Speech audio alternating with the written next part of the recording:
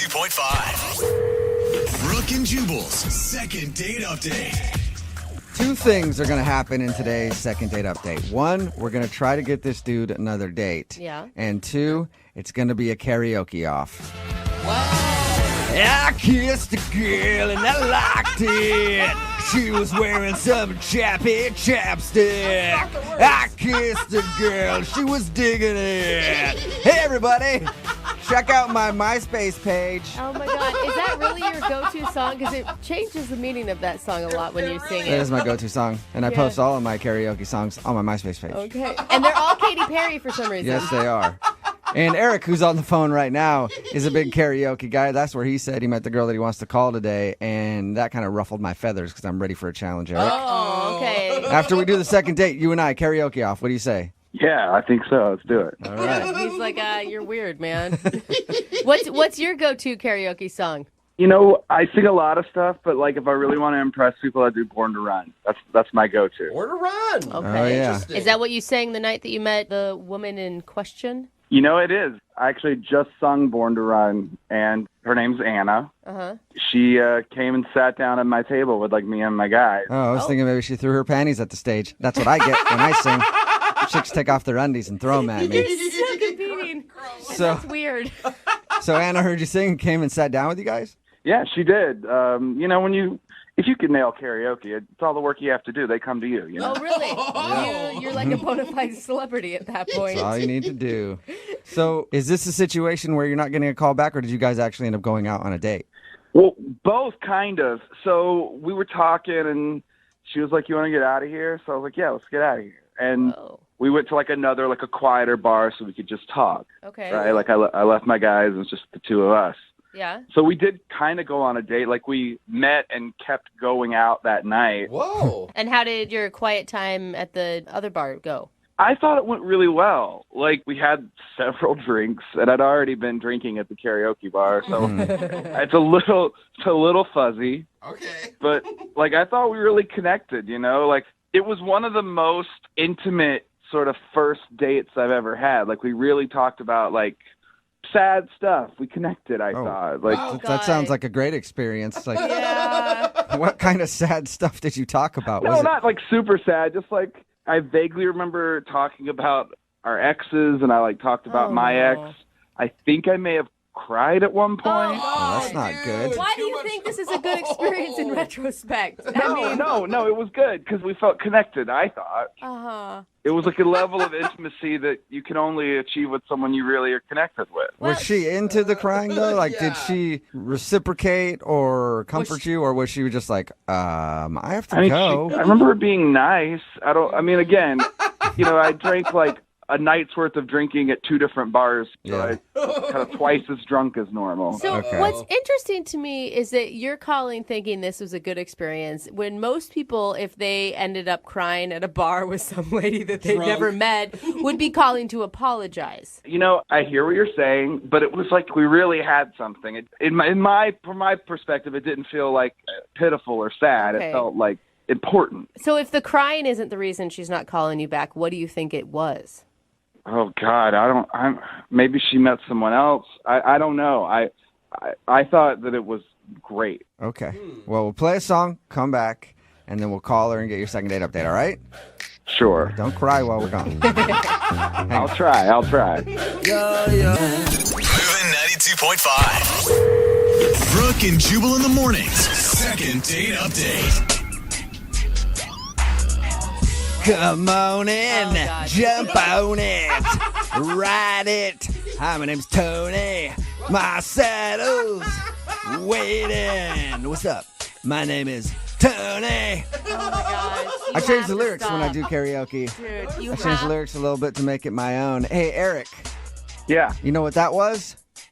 What was that? A warning shot. Oh. There can only be one karaoke king around here, and he pretends his name is Tony when he sings the song Pony by Genuine. And he also talks about himself in third person. Yeah, I don't know if I can live up to that. Yeah, you can't. I told you, after this Yeah. second date update is over, since you met the girl you want to call today doing karaoke, we are going to have a karaoke challenge, That you is and a I. threat. I'm shaking in my boots. I'm so You scared don't right have to now. tell me that.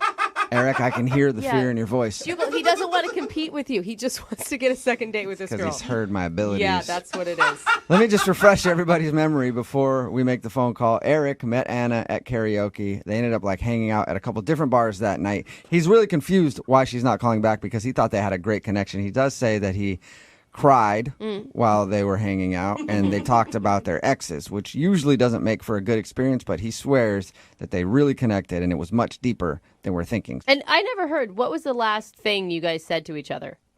Oh, God. I know you were drunk, but... I was super drunk. I mean, from what I remember, we walked out the bar. I turned right. She turned left. Because, I mean, we weren't going home together, so I was like, that's normal. But then I was like, wait, because I wanted to kiss her. And then I don't think she heard me. She just kept walking. Oh, okay. sounds Or she did awkward. hear you Yeah. and kept walking. Yeah. All right, I'm going to dial her phone number right now, okay? Sure, yeah, let's do it. Okay.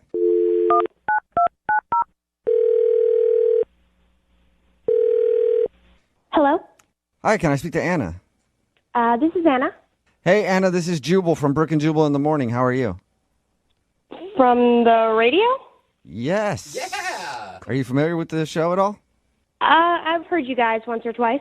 All right, awesome. That means clearly you were a big fan those 2 times that you listened. Or that once and then maybe the twice that you listened because you keep coming back for more. And Yeah, that's awesome. you can tell. Anna, I'm calling you today because we actually got an email about you from one of our listeners. About me? Yeah. From who? Well, his name is Eric, and you guys met at karaoke the other night. Oh, really? Yes. He says he had a really fun time with you the other night and wants to know why you're not calling him back. Wait, so he couldn't get in touch with me, so he called you guys? Yeah. Well, Yeah. according to him, he's tried to get in touch with you, but you won't call him back or text him back or anything. He seems to think that you guys connected on a whole nother level. I mean, at first, when I first met him, we connected and everything was great, but then it kind of went downhill from there. How did it go downhill? I don't know what he told you, but we kind of got into some personal stuff. And I don't know if I want to, blast all of his stuff on the radio. Well, a couple things. One, he is willing to have it blasted because he wanted to do this phone call. I mean, anybody that would call me out of the blue on the radio, I would dish all the dirt on him. And 2, he said that he was out on the date with you and he started crying, talking about something. We thought that was weird. And he said that he talked about exes, too. Yeah, and that's basically it. You guys drank a bunch that night. Yep, that's pretty much what it was. Was it the crying then? Like the crying turned you off? I mean, the crying was definitely a lot, but there was one other kind of big thing. Bigger than crying on the first date. Yeah, well, I mean, you guys, I don't know if I should be talking about this. Okay, well, like I said, when anybody does one of these second date updates, they know that their business could get put out on the air, so he's prepared for that to happen. He just really wants to know. Are you sure? I'm positive. We talked to him, and we said, you might hear something you don't like, and he's cool hearing it. And he's clueless. Like, he has no idea why you wouldn't be calling him back. Really? Oh, I didn't think he was that drunk. Okay. Well, so it was towards the end of the night. We've both have had quite a few drinks. We took a shot. We took one final shot. And into the night, things get a little rough. And he's telling me all these stories, and then he just starts to cry. Oh, sweetheart isn't over his ex, is he? Absolutely not. Not even close. Yeah. It was this one particular girl he's talking about. I guess they were engaged. Ooh. Wow. Yeah, that's a big ex. Yeah. So I think they had just recently broken off the engagement. Yeah. So he's talking about her. He's crying about her. Uh-huh. And then he lets it slip that in order to help get over this girl, he recently bought a hooker. What? Whoa! Wait a minute. Told you he bought a hooker? Wow. Yeah, he just kind of dropped that bomb. Oh, That's a big bomb to drop. What did you say to that? I asked for the check. Okay. He was so drunk at that point, he might not have even noticed, really. Oh, my God. So, yeah, I mean, the crying is one thing, but then also going the extra mile to be like, and this is how I got over it. And hello, new man. Oh, my gosh. That's Yeah, I had to get out of there after that. Oh my God. You know who probably wishes they could get out of here right now? Oh, yeah. Who? Eric, because he's actually on the other line listening and wants to talk to you. Are you serious? Yeah. Eric? Hey Anna, how you doing? Listen, I was joking. Uh-huh. I really, as you were sobbing into your drink, I really don't think you were joking. All right, look, I don't remember telling you this. I'm gonna be honest. Maybe I wasn't joking, but it needs to be destigmatized, and I think that's really the what we learned from this. No, Eric, that's not the route Is you're that going what to we're take on learning? this one. No, sex work, it's not a moral issue right now. It's a culture thing. Yeah. Maybe that's not a first date thing to admit. I don't think I did anything wrong. Eric, you told me in the first couple hours that you had recently slept with a prostitute. I thought we were connecting. I just felt comfortable with you. What? But there are some things that you don't share with strangers, connection or not. Yeah. We just met. I was drunk. People say things when they're drunk. It doesn't mean that that's the way they are all the time. You're not buying prostitutes left and right, okay? It's just a one-off. It's not like you made a bad joke. You told her about a real-life situation where you hired a prostitute. Just one time. But here's the thing, Eric. Right now, you don't sound still even real regretful or embarrassed by the fact. I don't really know what to say. I'm sorry that I overshared. I'm not sorry about my private life choices. I'm sorry I made that your business. Eric. But you know what? Now you know me. Now you know who I am. You know all my secrets. And now you know if you go out with him and break up with him, he'll be all right. Well, no, I want you to come. I just want you to know, Anna, that I like you. I like you a lot, but I also want you to accept me for who I am. Hey, Wait, that's some wait. brutal honesty. Oh, come on, Anna. but buying a hooker is part of who you are? Is that what you're saying right now? It's a choice I made once. So, yeah, it's part of you. Officially, forever, you are a man who has enjoyed the company of a prostitute. And that's okay if you're not ashamed of it. Isn't a lot of sex transactional? Why is this the line, Anna? I mean, come on. Eric, all right. You're a very nice guy. I had a great time with you. But you're obviously not over your ex. You're trying to get over her by paying for sex. I don't know if I want to be a part of that. You don't have to be a part of it. Like that was the past. You just said that all sex was transactional to a point. Yeah. Well, isn't it? I mean, So if we continue to go out and I do eventually sleep with you, will you just consider me a transaction? Oh. not you. Oh, Right. you're You the just backed exception. yourself into a corner, Man, Eric. Hey, Anna, would you like to go out with Eric one more time? We will pay for a second date. Eric, I think you need to take some time to work on yourself. Yeah. And then maybe we'll run into each other at karaoke again sometime down the line. Oh. How about I just give you a week and then you can call me? Give me like a week. Just a week. You need more than a week. I think you need a little more than a week. Yeah. Couple weeks. Come on, Anna. No, I said no. And if that upsets you, I know something you could do to make yourself feel better. Don't encourage it, There you go, Eric. That's not fair. Don't use that against me. Hiring a prostitute is one of Eric's best qualities, and don't turn his good qualities against him. Fine. All right. Are we done here? Eric, I don't know. Is time up? How long did we have? with Anna?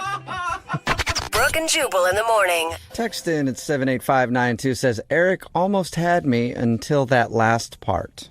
It's Brooke and Jubal in the morning talking about today's second date update. If you missed it, this dude Eric wanted to call Anna. They met over karaoke, and he wasn't sure why she wasn't calling back. Well, we got her on the phone and found out he was drinking a little bit, and he was kind of crying about his ex because they had just broken up. And then he revealed to her that he had hired the help of a professional to get over her. And by professional, I don't mean therapist. I mean a prostitute. Yeah. And he didn't really back down from that being a good idea. No, he owned it. Yeah. He was like, so what? I don't know. It's kind of a hard hump to cross. I don't for, think. I know date. I know it happens a lot. I don't think any girl can actually sleep with a guy knowing that he's been with a Well, hooker would you before. be with a woman who slept with a hooker? Well, I yeah. would. I don't have standards, Absolutely. so that's different. For sure. That's what I look for. It's like a deal breaker if you haven't. Text in 78592. That's the question. Would you sleep with someone if you really liked them and you knew that they had hired a professional one time to help them out in the sexuals department? And if you want to do a second date update, all you have to do is email the show and we will call the person who didn't call you back. Moving 92.5.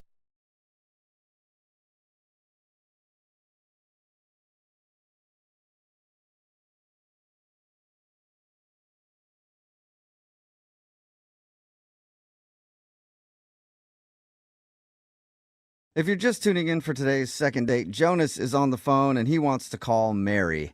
They got set up through mutual friends, went to a farmer's market, bought a bunch of food, went back to his place because he said, let's cook this stuff. But then she found out that he can't cook. So she cooked the meal herself, basically.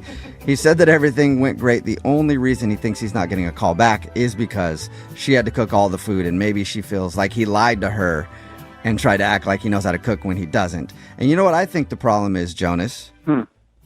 After she did all that work, you didn't tip her. What? You should have at least given her a tip. That's right. You know? You always gotta you're tip the awful. server. Yeah. And the Wait, chef. is that like something I should have actually done? No, dude. God, no, No. Jonas, no. That would probably be definitely the reason you're not getting a call back if you had tipped her. But it does bring up a good point, Jonas. Did you thank her profusely for making the meal?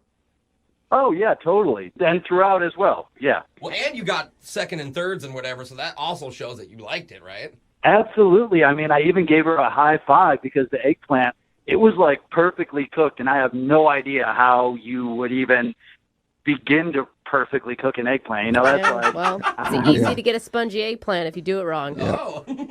yeah, honestly, I wouldn't know about that either. All right. Well, you got to learn your way around an eggplant a little better. It will help you out with a lot of things. All right. Sounds weird. Oh my God, where have we gone? I'm dialing her phone number right now, Jonas. Here we go. Oh, all right. I just hope she actually answers.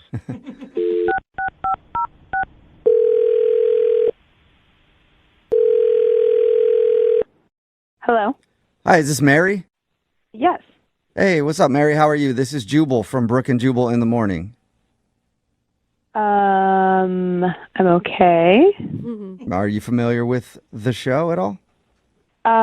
Yeah, is it like a radio show or something? Yeah, it is. Yeah. So have you ever listened to us or no?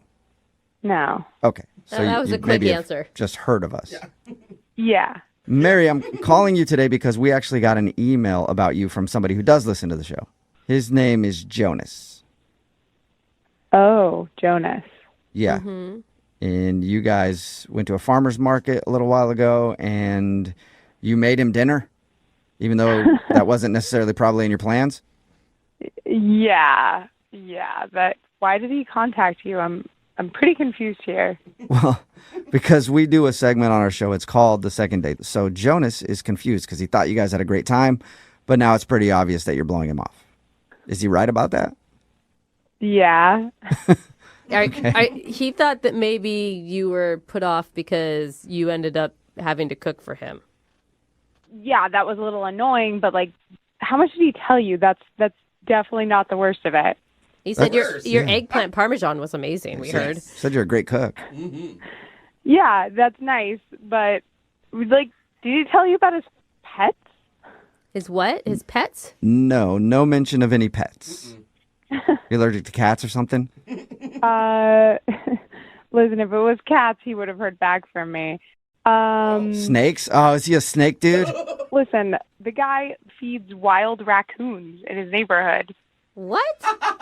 Wait, those aren't pets. Those are wild animals. Yeah. Yeah, see, I'm on that same page, but I don't think he is. Well, explain Why? a little more. Okay, I walk in, and the first thing I see is this wall of photos of raccoons. Like Weird. artistic photos of raccoons or like somebody's... Yeah, a few of them were like really well done. So I was like, oh, maybe he likes photography. He went to the zoo or something. I don't know. Right. I would have left right there because raccoons scare me no matter what. Even in picture form, I would have run out screaming. No, No, I mean, I think they're totally interesting animals, but they're wild animals, Yes. you know? And then I mentioned oh, that's a really cool photo. I like that. And he starts talking about these raccoons, and I'm pretty sure that he's on a Friday popping his beer after work, sitting on the porch with the raccoons. Why do you think that? Obviously he has a love for him, but why would you think that they're his pets? Did he tell you that? Well, let me paint you a picture of the backyard. Uh-oh. There's a hole in the fence so that they can have easy access. Oh. There are cat toys in the yard, and no, he does not have cats. There's also cat food on the porch and a little kiddie pool for them to swim in. Oh, my. Wow.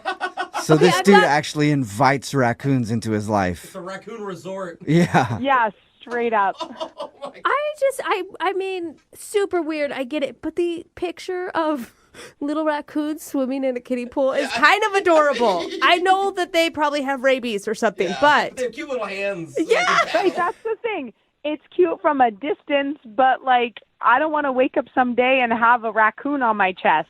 Yeah, I can understand that. Raccoons are I don't want to scary. date the raccoons, exactly. if he loves animals so much, why doesn't he get a conventional pet? You know what? We didn't go that deep into it because I was feeling kind of weird. Change the subject. I just was trying to steer the ship in another direction. Got it. Just away from raccoons. Yeah. Away from raccoons. Okay. Well, even though it sounds like you're really tired of talking about raccoons, we have to talk a little bit more about them because Jonas is actually on the other line and wants to talk to you about the date and probably more about raccoons too. Yeah. Seriously? Wait, who? I don't understand who hates raccoons. They're the most adorable animals around. How could you hate them? Oh. Wait, hold on. Did you just hear everything that I just said? Yeah, and I don't understand because you didn't express any sort of hatred for raccoons when we were hanging out, and you actually said, "Oh, that's really cute" when you saw the kiddie pool. So, Oh my God! I mean, do you not think that a really raccoon cute. is an adorable animal? They are adorable animals, but they're also wild animals, and you're acting like they're your pets. They carry diseases. They are my pets. They are my pets. Yeah, I don't bring them into the house. They don't sleep in my bed, but Yet. I take care of them. Yeah. You give them shots and take them to the vet and No. monitor where No, I they don't go. give them- No, I understand they're wild animals, but they sort of flock to me. It's a family. I take care of the little bandits. They're all good. The little bandits. Oh, man. You Jonas. just completely contradicted yourself. You said that they are your pets and that they're wild animals. They can't be both. That's the reality, my friend. Seriously. They are. Yeah, I have a hole in my fence. They come through that hole. I feed them. They're a loving family, and I see the new ones every year. So it's that's what it is, and I'm happy to do it for them. And they're intensely loyal as well. They are always coming back to my place. That's They're because of always the... Because you feed them. Yeah. Yeah, Yeah, Jonas, it's not that's 'cause all they think about you're the a- food, man. No, That's they, not about... They recognize me. They can see my face, and they do have facial recognition. Oh. They're not idiot animals. They know what they're doing. Yeah, they know who they want to murder. They're not murderers. They're peaceful animals. I've been around my little bandits for a number of years now, and there has only been one time in which I've gotten bitten by one of them. That's enough, Jonas. Please tell me you've been to the doctor.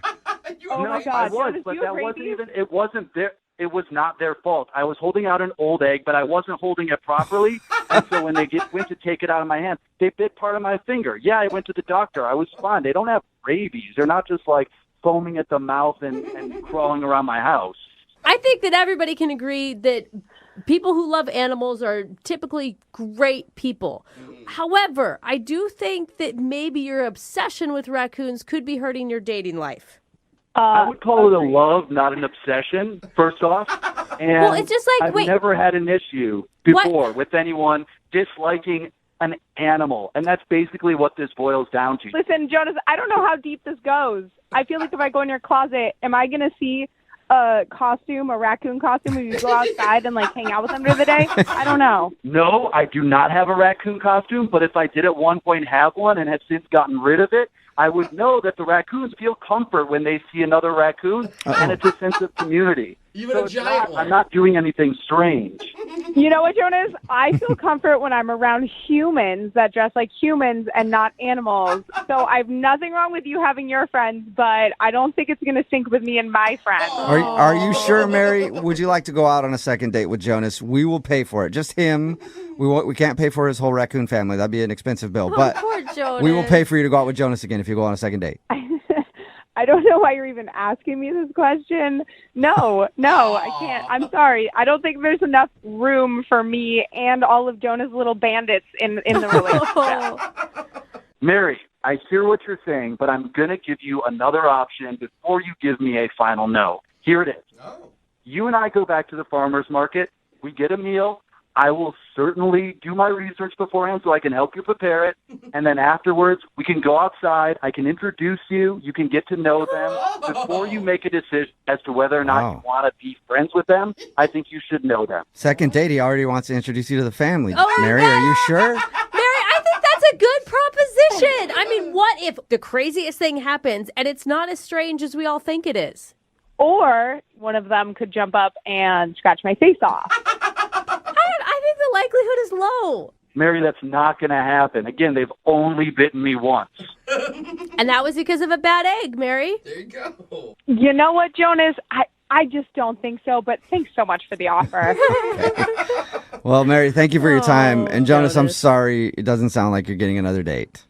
Hey, I don't want to date anyone who can't appreciate this friendship, so here we are. Okay, well, text in at 78592. Do you want to hang out with Jonas and his raccoons? Oh, the bandit. We'll see if we can find you somebody. I'm sure there's somebody out there for you, Yeah, Jonas. there probably is, and I don't want to meet him.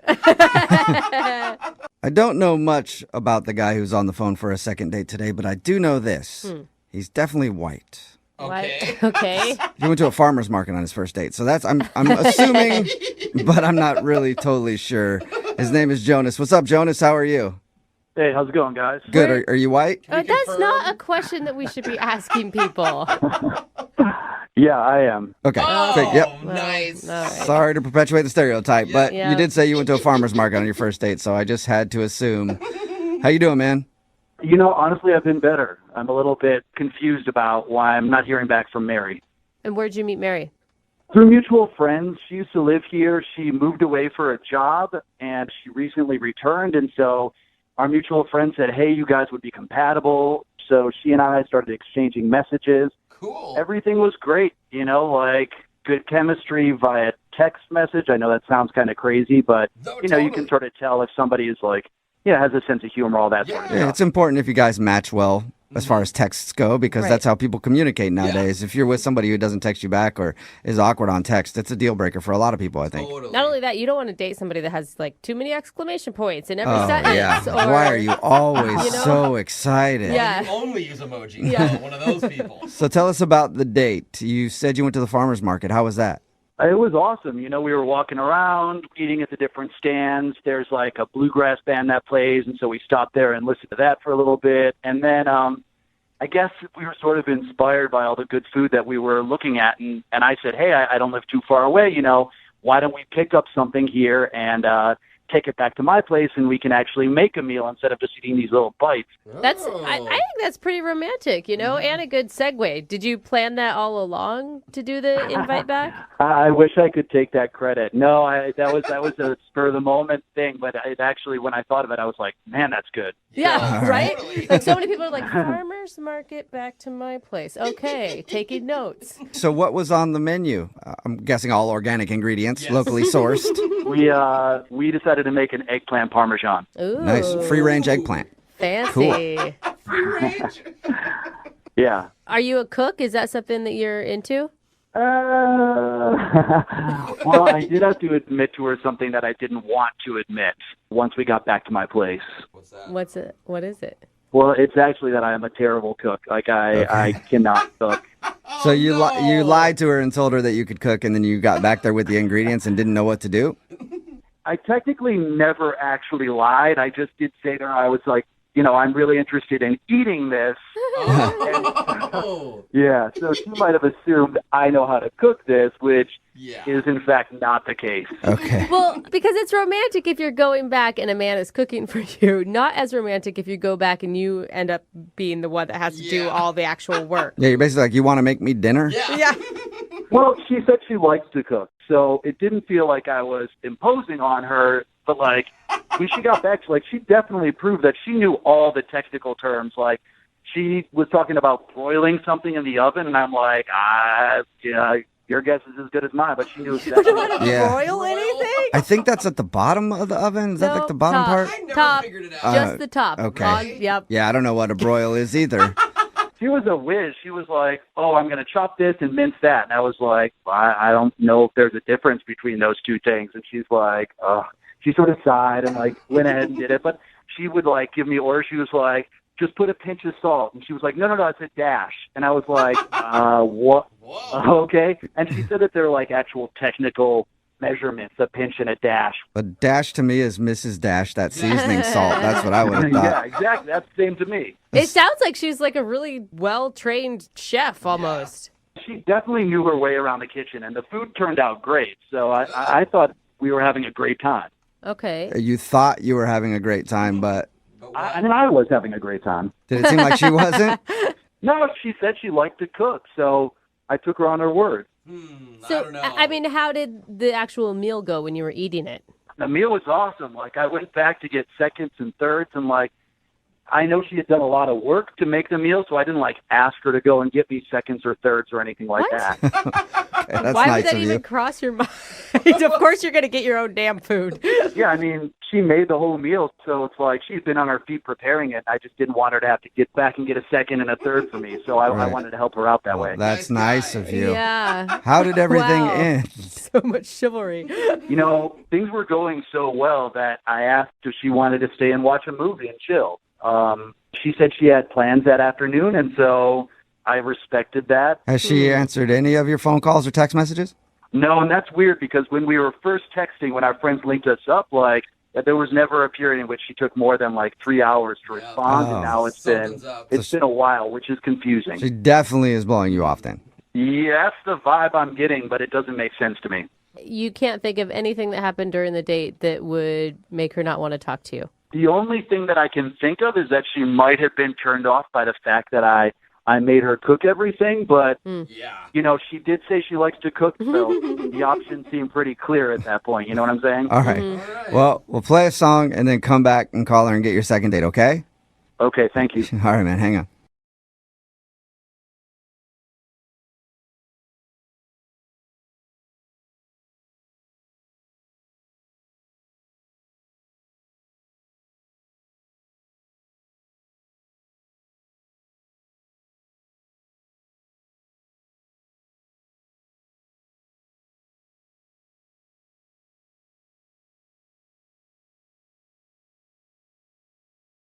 You want to know how to properly seduce a woman? I do, yeah. Sugar. Oh. You came to the right place. First, you gotta cruise on into that Tajay. Stock up on frozen peas, chocolate milk, and a large pack of extra absorbent adult diapers. It's gonna get messy, girl. If you really want to leave her moaning for more, you better reach for that DVD box set of Bob the Builder. Can he fix it? You tell me, baby.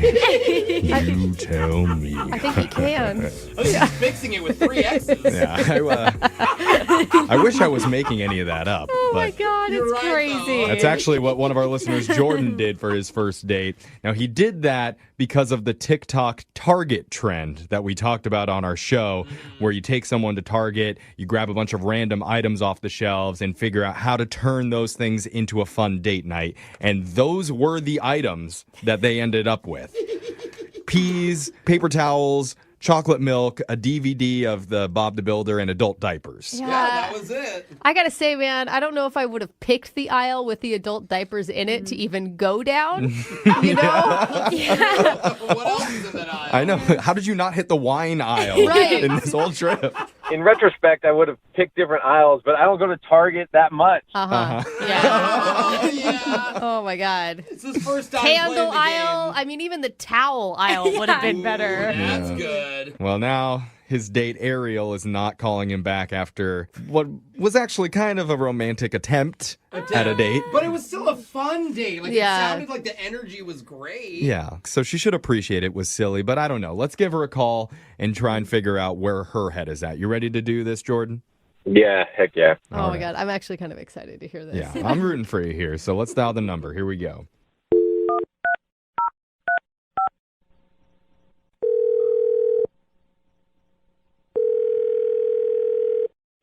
Hello? Hi, is this Ariel? Yes. Hi, Ariel. My name's Jeffrey from the radio show Brooke and Jeffrey in the Morning. How are you doing? Fine. Good. Cool. Yeah. That's the most normal answer we've ever heard. Yeah, but also a little bit of anger behind that, I heard. What? When a woman says fine. Anyway, the reason I'm calling is we're doing a segment called A Second Date. Have you ever heard of that before? No. What is that? So basically, that's where if you go out with someone and afterwards, if your date isn't calling you back, you can email our show and we'll reach out to them for you to ask them the reason why. Okay. Okay? And so recently you went out with a guy named Jordan. Oh, uh-huh. Oh. I Yeah. feel like we have to take some blame for the Target date that he told us about because he heard about it on our show. Oh my gosh, he told you about it? Yeah. Oh, yeah. He told us that you went to Target together. You ended up grabbing a bunch of random items, including frozen peas, chocolate milk, adult diapers. Because he was like telling you when to stop. He did tell you that? Yeah, he told us the whole thing, It's and that you ended up hilarious. going back to your place and using all those items and then watching Bob the Builder on your couch. He did want me to ask you how the episode of Bob the Builder ended that you kicked him out where he loses his tools. Of course. I'm not going to talk about it. I didn't watch it. Oh. You turned it off. No. So Jordan understands that it was a weird date, that it wasn't the most Yeah. romantic thing, but he was just trying to roll with it. Can you maybe give him the benefit of the doubt there? Well, okay. So, like, it was kind of funny at the time, and in the beginning, it's a funny idea. It's like not a standard date, which I'm all for. But then once we're back at my place and we're like starting to implement everything, I figure out what's going on and I'm kicking myself because I'm like, why didn't I see this earlier? He totally did this on purpose. Whoa, Oh my gosh. What? Did what? So, like, I'd be flapping, and, like, he would say stop, and we're in the frozen food section, and I look up where my arm is pointing, and I think I'm pointing at dessert, and he's like, oh, it's frozen peas. And then, like, going past toothpaste and mouthwash and, like, chapstick, all these, like, romantic date kind of things. You think toothpaste and mouthwash is romantic? Well, it could be set you up for a good makeout session. Oh, I see what okay. you're saying. Exactly. So, like, this is what I'm thinking. And then we're past it, and we're in adult diapers, and I'm surrounded by them. Like, there's nothing else around me. Wonder what she's going to land on. Yeah, and then, like, okay, adult diapers. This is, like, getting weird. But, again, like, at that point, I'm still thinking, this is hilarious. We're going to, like, make it funny. Yeah, you don't think that's his intent now? Well, No, and here's the thing. So once we're back at my place and we're, like, getting it set up, I'm putting on a diaper and he's asking me to help with his. And I'm, like, helping him put on this diaper. It's a little weird. And then we're, like, settled into the couch and he's there with his mushy peas and his chocolate milk and he's watching Bob the Builder. I'm just looking over thinking, oh my gosh, I got roped into a date with an adult baby, and I'm just definitely not into it. Time out. I wouldn't call it timeout. That's Yeah. I'm doing you favors. Ariel, this is Jordan. Yeah, hold on, Jordan. I need to tell her, Ariel, Jordan's been on the other line listening, and he wants to talk to you. Oh my God, what are you doing? What am I doing? I'm trying to find out what went wrong with our date, and now I'm finding out what went wrong with our date, and you're thinking that I somehow have this evil genius plan to, like, get dressed up like a baby. Like, you were flapping your arms. Everything was randomly picked. Like, But it wasn't random. It wasn't random. I swear to you, I was pointing at ice cream sandwiches, and you pick peas. I don't know Target, okay? Like, I don't even go to Target very much. Yeah, the only time he's gone, he was riding inside one of those little red cars. He couldn't see. Oh, give him a break. I mean, can you understand why she would think that, though, Jordan? Well, I understand that, okay, hey, yes, we are wearing adult diapers, but that was kind of the point, was that it was this random fun date. You just said that was the plan, to be wearing adult diapers. You just said it. You just said it. You picked all the like, little baby things. And the plan was to be random and fun, and I don't have this like deep-seated thing where I want to wear adult diapers and eat peas around you. No, but like, listen, you kept saying you didn't know what Bob the Builder was. How did you know the theme song? You knew that theme song. It's a catchy theme song. After you hear it once or twice, then I've never even heard it. I don't know what it is. I know the Bob the Builder Everyone theme, does. I don't have kids. Yeah, can he fix it? Yes, he can. I mean, that's it. Like, No, you're saying it wrong, Brooke, but that's okay. Bob the Builder. Can he fix it? Oh, whatever, Yeah, Jeffrey. the Okay, tone we're was not all talking wrong, so about. there you go. Okay, look, what I think what we're I'm saying it's true men know Bob the Builder. It's fine. Sorry. Sorry for Jeffrey's Bob the Builder flex over there. Hey, it's Robert the Builder. But I actually honestly believe Jordan. I think that he totally screwed up the date. And I think that, Jordan, maybe like the wine aisle and like a game of Twister may have been something you wanted to point at instead. Yeah, if you're going to cheat, he could have cheated a lot better. But men are just terrible planners sometimes. I mean, not all men, but he is. Jordan is. She's right. We are. Yeah. And I'm sure he actually looked kind of cute in that diaper. No, Jeffrey. No, it was not cute. And like all I'm doing, I'm sitting there thinking like, just wait until date number 2 happens and like it gets even weirder and he's sitting on my lap and I'm like spoon feeding him mashed bananas. That is ridiculous. That would never happen. Like I have friends that listen to the show. Like me and my friends, like we're fans of the show. So there's people listening that I know that are going, "Oh, what the heck's wrong with Jordan right now?" And I'm like, "Wait, calm down." But like, well, it's okay, Jordan. You need to calm down. You are right about one thing. That date would never happen unless I ask her right now, Ariel, would you like to go out on one more date with Jordan? We pay for this. No. Who would he say? Stop it, Who's Jeffrey. a good girl? Meanwhile, I'm over here having PTSD. No, come on. We'll throw in a Babies R Us gift card just for good measure. He's joking. God. He's joking, Ariel. I think Jordan is a good guy. He put some effort in. It went wrong. Is there any way you can like erase the image of him in an adult diaper from your mind? Give him one more chance. Please. No, it is just too freaky for me. We tried, Jordan. Ultimately, I think it was obvious I was just trying to have fun. It's not obvious that I was trying to be like an adult baby. Okay. I'm not convinced. All right, Jordan. Well, man, I feel bad about how this ended, and we normally don't do this, but instead of paying for a second date, we'll offer to pay for that Bob the Builder set so you can find out finally how that episode finishes. Closure. Yeah, fine. I'll take it. I'm kind of curious how it ended anyway. Can we build it? Yes, we can. One of our listeners, Jordan, sent us an email asking for a second date. Okay. And I feel like we're kind of obligated to take his phone call. Why? Because he says he got his first date idea from listening to our show. Oh, look it. So in a way, it's kind of our fault he's getting ghosted right now. I thought it was a positive. I guess it's not. I mean, he's not getting a call back from this woman. But Jordan, did you take her to the cafeteria at the courthouse to interview criminals? Like Jose's segment, What You Doing at the Courthouse? No. Okay, what are you talking about Dog then? shot collar question of the day. Electrocute each other? That's kind of romantic. Or did you shoot lasers at her for laser stories? All good ideas, but the one I rolled with was the TikTok Target date. Oh, yeah. I forgot that I was supposed to go on with my husband, and we haven't gotten around to it yet. Oh, yeah. That sounded super fun, though. It did. Okay, well, to remind our listeners, if you didn't hear that, there was a TikTok trend for a date night activity where one person walks up and down the aisles at Target with their arms flapping up and down, and the other person walks behind them and randomly says stop. And then whatever item your arms are pointing at, you have to figure out how to include that into your date night. And the idea is you're supposed to get your food, your entertainment, and then just something maybe weird. Or... Yeah. So that's what you did, Jordan.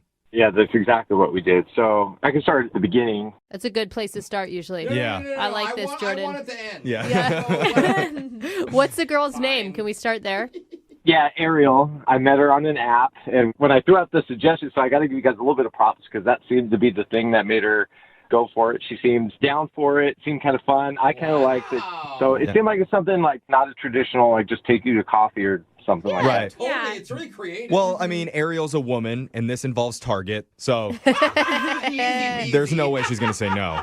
This is a bad precedent to set on a first date because if you guys end up in a relationship, you're doing Target every weekend. Every weekend, bro. So how did the Target date go? Well, we got the weirdest items. Like, she's the one who was doing the flapping, so I don't know if she was trying to make it extra weird, but... What'd you get? A 6-pack of paper towels, and that was like, okay, we could do something with that. That's good no matter what. Yeah, clean your apartment. There you go. Okay. We got frozen peas. That's not that bad. Okay. Chocolate milk.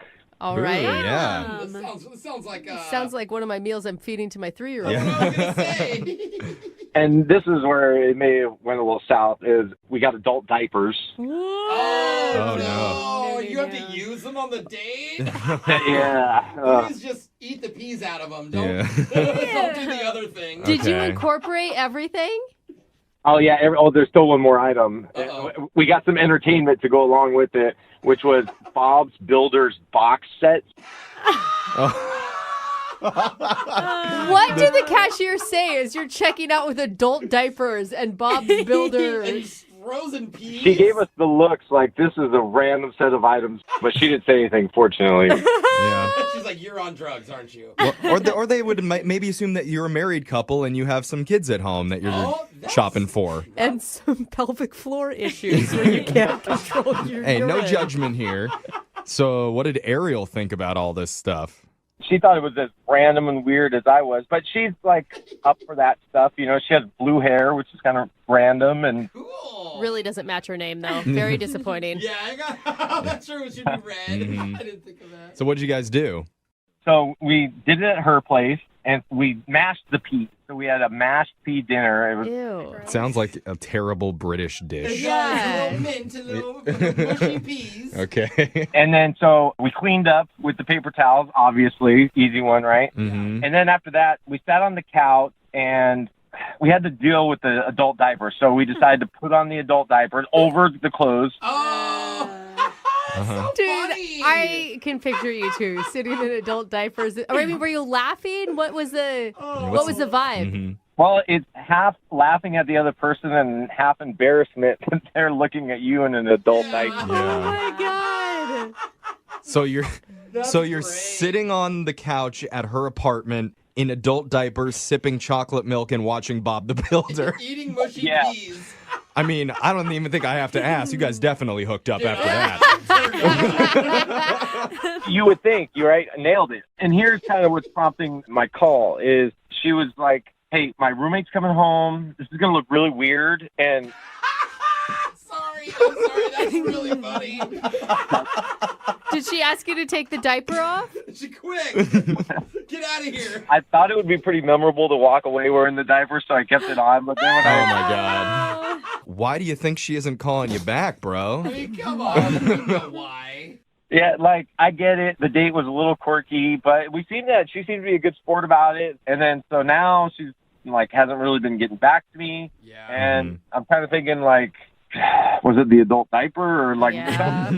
I mean, I think I know. Even though I 1,000% endorse the Target date, and I want to do it myself, Yeah. it may have been too silly. Like, you guys didn't get enough time to get to know each other. There's not a lot of room for sex appeal when you're sitting in an adult diaper eating mashed up peas. Speak for yourself, bro. Yeah. I am doing that when I go home this weekend. I mean, did you feel chemistry with her at all, or was that just kind of impossible? You'd be surprised how open you guys will be wearing an adult diaper when you... I guess. You can break the walls down. Let's find out. We're going to play a song. We'll come back. We'll call Ariel for you. Can you at least ask her how the episode ended when Bob the Builder lost his tools? It's really been killing you, huh? Can he fix it? Oh, man, it was this end of season. It was the best episode. Cliffhanger. All right. We'll play a song. We'll come back and we'll ask her. Hold on.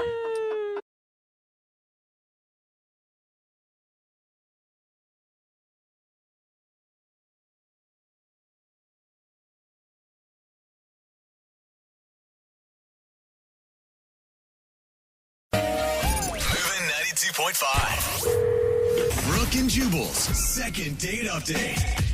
Have you guys ever gone out on a date with someone who is so incredibly attractive to you that it makes you feel uncomfortable? Yeah. You have? Yeah, until he took his front tooth out. Oh, it's that guy. Yeah. Okay. Yeah, that'll decrease somebody's hotness pretty quick.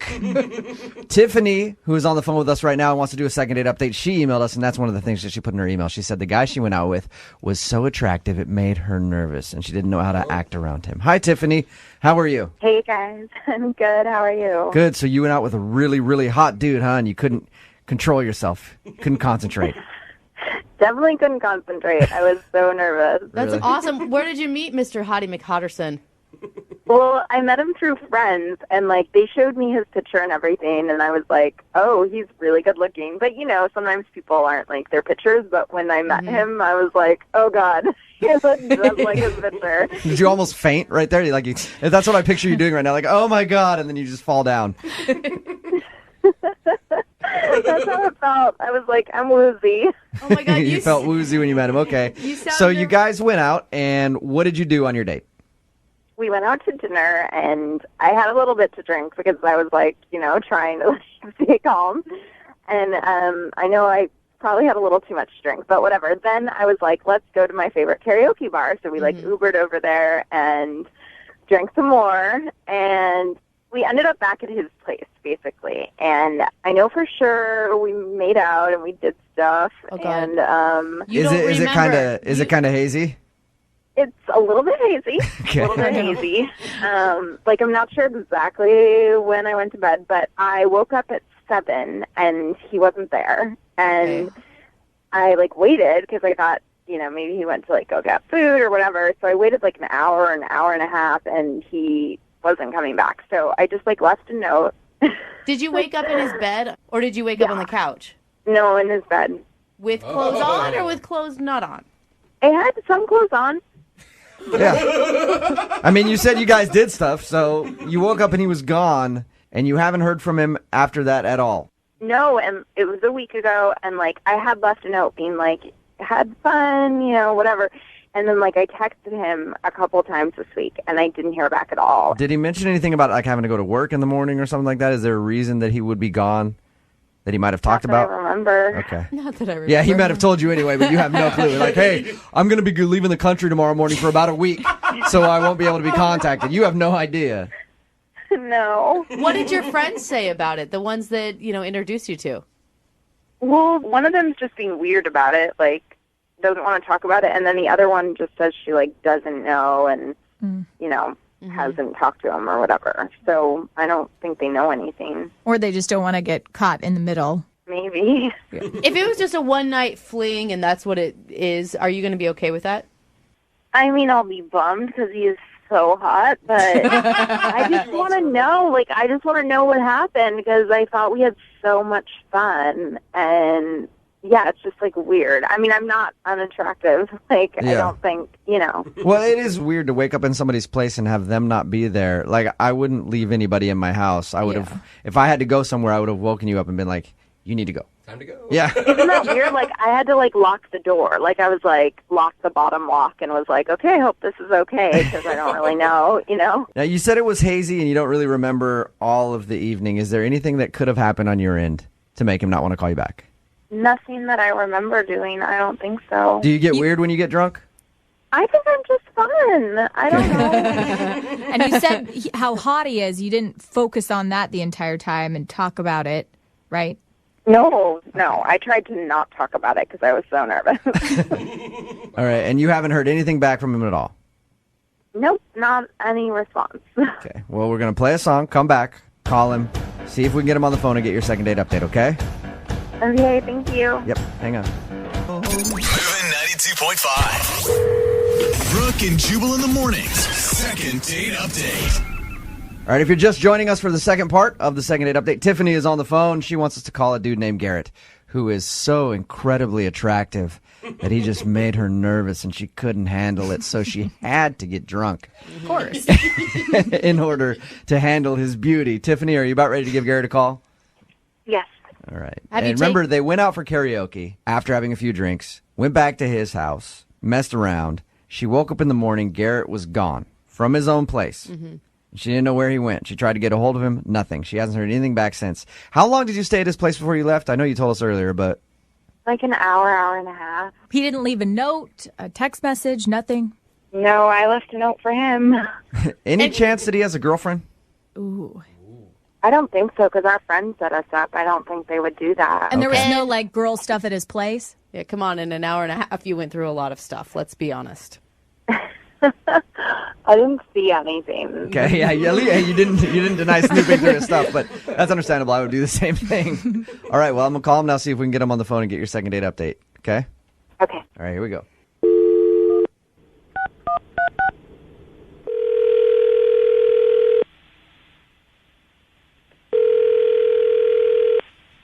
Hello. Hey, I was looking for Garrett.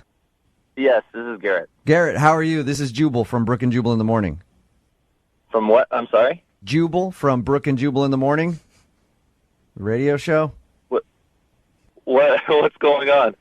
Well, I'm calling you because you recently went out on a date with one of our listeners. She emailed us about you, and first of all, she said that you were incredibly handsome, Garrett, so it's an honor to talk to you on the phone. Okay. I'm sorry, what are you guys calling me about, though? Well, the girl's name is Tiffany, and she emailed us about your date, and you haven't been calling her back. And she's confused if she did something wrong or if you don't like her. Oh, yeah. What did she tell you about the date? She said that you guys went out, had some drinks, sang some karaoke, went back to your place, messed around. She told us that she was drunk and she's having trouble remembering some of the date. Yeah, it was a little bit more to drink than maybe I would have done on a date. All right. Hey, in her defense, she said the reason she drank so much was because you were so handsome she couldn't handle it and you made her nervous. That's got to be a little bit of a compliment, right? I guess so, yeah. All right. What was the most annoying thing she did? Well, she sang that, you know that song, Girls Just Want to Have Fun? Yeah, Cyndi Lauper. Mm-hmm. Yeah, that Cyndi Lauper song. Uh-huh. I don't know if she was so drunk, if she knew she was doing this or not. She sang it twice. At karaoke? She sang the same song over and over. She was obviously like up for having a good time. You know, she was putting a lot out there, you know. Well, but why wouldn't you just text her back and just say, hey, I don't think it's going to work out? She was drunk, you know, even after karaoke. It was just weird, you know, the whole night, even, you know. What else did she do that was weird, though? You're killing us. It's fun to hear drunk stories. Okay, I don't know. You know, she was so drunk. I wanted to take her back to her place. Okay. And she couldn't even remember her address. What? Oh, that's not good. That wasted? And that's why you went back to your place? I mean, part of me thinks she even did it on purpose, just to go back to my house, you know? That can work for a girl. It never works for a guy when you're like, I don't remember my address. You should take me back to your place. They're like, no, how about I put you on a bus and you just figure it out? I guess I was just really embarrassed over what happened, so I just needed to get out of there. Embarrassed for her? Embarrassed because you hooked up with her? What else happened? I don't know. I can't really talk. I shouldn't talk about it. Yeah, you should. Yeah, what? Hey, dude, Garrett, listen.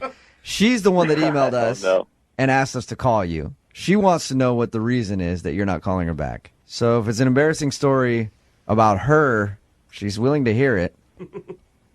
You promise you can't repeat this to anyone. You won't tell this to anyone else. Well, I can't promise that because this is going to be on the radio, but Tiffany wants to hear it. I don't know. Okay. Come on, just what is it? So we're at my place, and she pulled down my pants. Nice. That's not a weird thing that happens sometimes. You know, she's down there.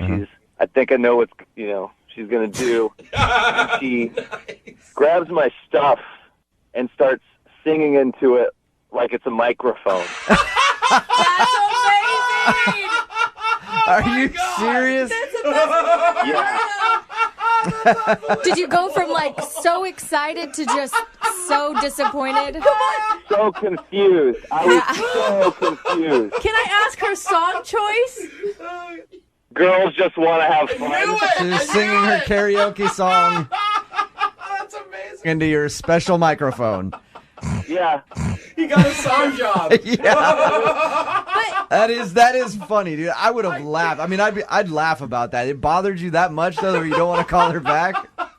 Well, it wasn't just like a joke thing. Like, she was doing the whole performance. She was like, come on, you know the words. Come on.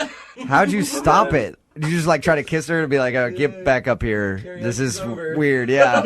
No, I told her, I said, go wait on the bed.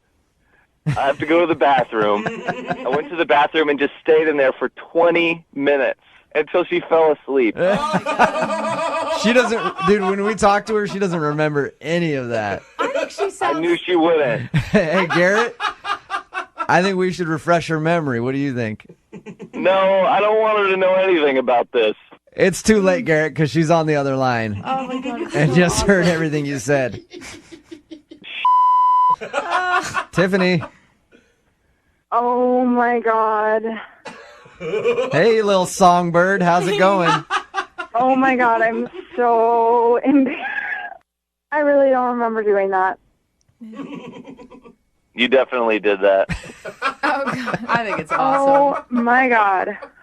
You ever done anything like this before, Tiffany? Is that your move? No, not a move. Not a move? Okay. Tiffany, do you think it in any way maybe could have been like you drunk being funny? I don't think so. Doesn't sound very funny. I think it sounds It sounds hilarious, yeah. I'm really sorry, Garrett. You totally do not need to text or call me back. I completely understand. And if you could just do me a favor and not tell all of our friends, I would really, really, really, really, really appreciate it. I'm fine pretending it never happened. Tiffany, if you think about this, Garrett really doesn't need to worry about telling anybody because you just did this in a second date update and it's going to be aired on the radio. Yeah. Oh, that's fantastic. I'm super excited about it, and that's awesome. It could be a funny story. Dude, I think you need to own it. I just think you need to own it. I mean, Garrett liked you enough to go on a date and hook up with you that night. Yeah, but you say Garrett went out on a date with her. That was before he knew that she was going to sing into his microphone. She sounds like a fun girl who's up for a party no matter where the party happens to happen. That's right. Thank you, Brooke. See? Hey, Garrett, would you like to go out on a second date with Tiffany? We will pay for it. I feel like it's going to be pretty awkward after this. It's only awkward if you make it awkward. It could be funny. It could be awesome.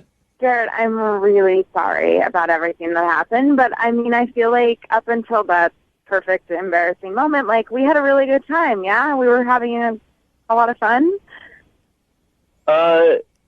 Yeah, we were having fun. It was fun. It was a little weird. Garrett, what's it going to hurt to go out on another date? Like, think about this. That's a pretty innocent thing that she did. It's hysterical and funny and awkward, but it's not like she did anything where you don't like her as a person or you just didn't get along at all. It sounds like you guys got along great. Why not give it another shot? All right, let's do this. Awesome. Yeah, it sounds like this isn't something you will do again to me. I promise you that's only a first date move. I mean, unless you want me to, and if things are going well, then, Never know. Dude, she sounds awesome. Tiffany, start picking out your song selection now. Yeah. Branch out from Cindy. Yeah. Brooke and Jubal in the morning.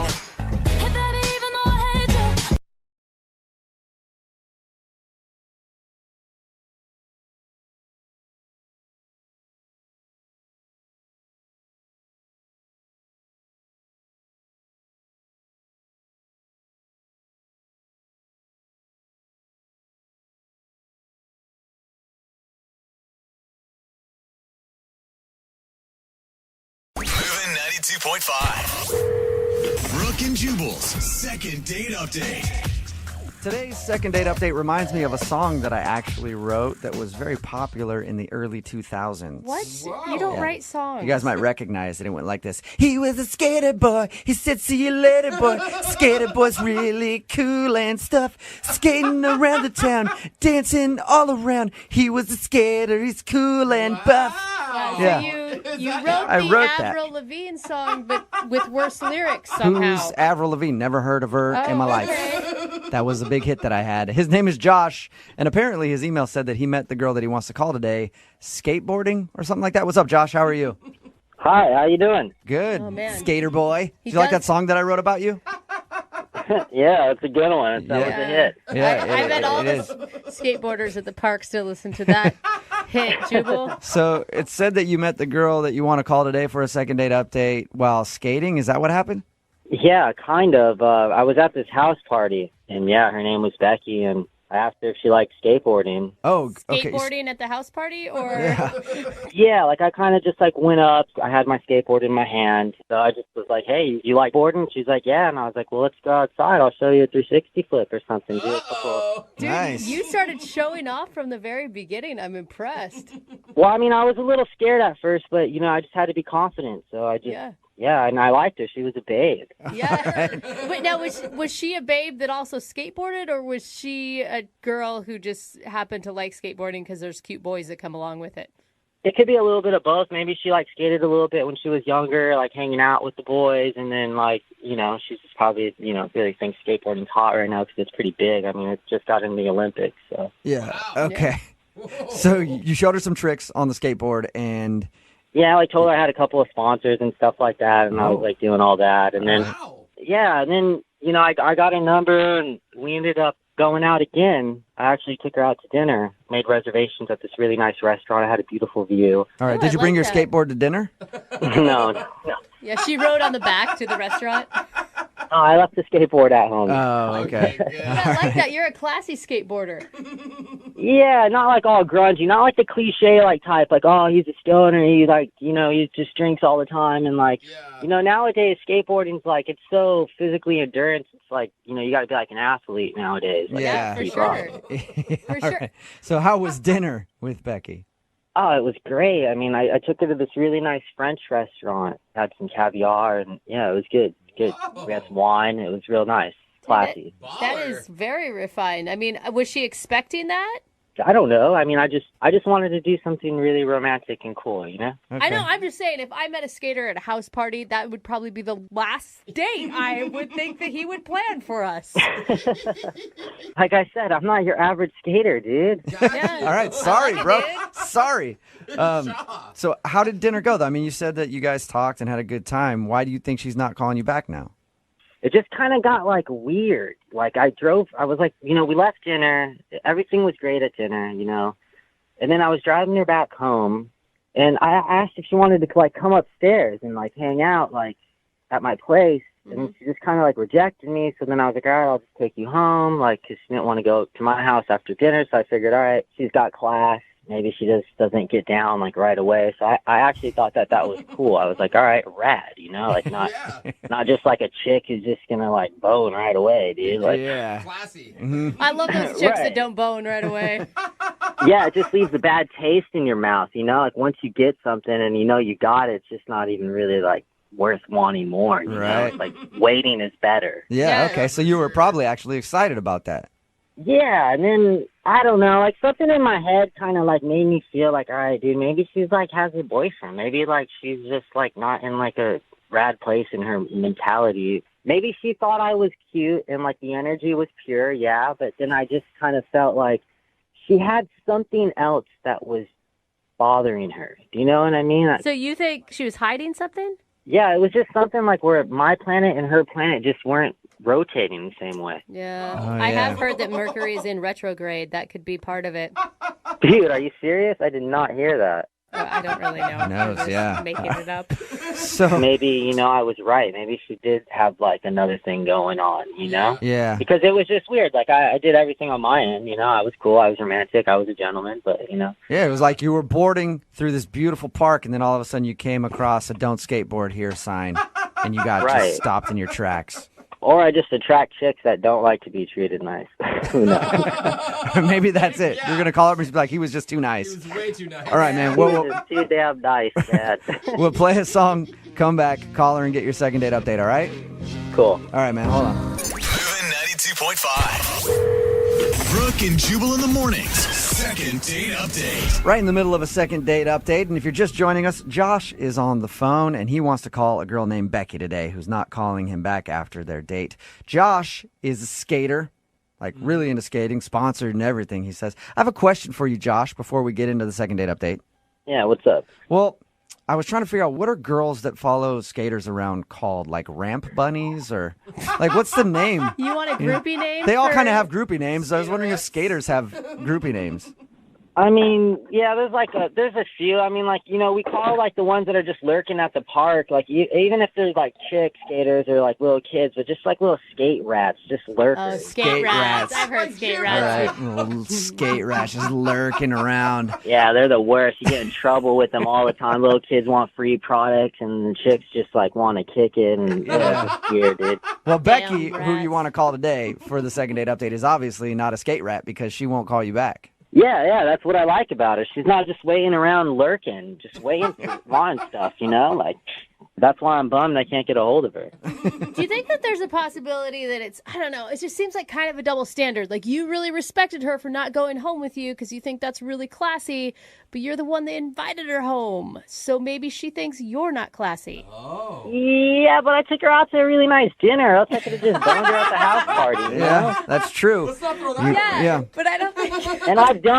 done all that before. Don't think that I haven't. I've had my fair share of just boning and then bouncing. But then you know what happens? I feel the guilt because the chick gets bummed. Yeah, you feel hollow. It's tough for you, Josh. It's a hollow bone and bounce. And they're like emotional, you know? Like, I'll go put all that emotion on a skateboard and make art, you know? Yeah. All right, well, we'll call her right now, see if we can get her on the phone, get your second date update, and if it doesn't go well, take that emotion and put it on the board. That's what I do. All right. I'm going to dial her number right now, man. Here we go. All right.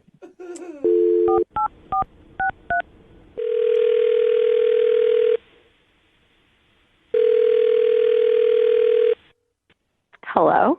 Hi, I was looking for Becky. This is Becky. Who's this? Hey, Becky, how are you? This is Jubal from Brooke and Jubal in the Morning. Oh, okay. Hello. Yeah, how are you? Fine. How are you? Good. Do you know where I'm calling from? The radio? Yeah, so you actually know the show. It usually doesn't happen. We actually got an email about you from a guy. What? Okay. His name is Josh. Oh, okay. And he's a skater dude. Mm-hmm. And you guys went out on a date, and Josh said that he's been trying to get a hold of you for like a couple weeks, and you've blown him off. So he asked us if we could get you on the phone and find out why.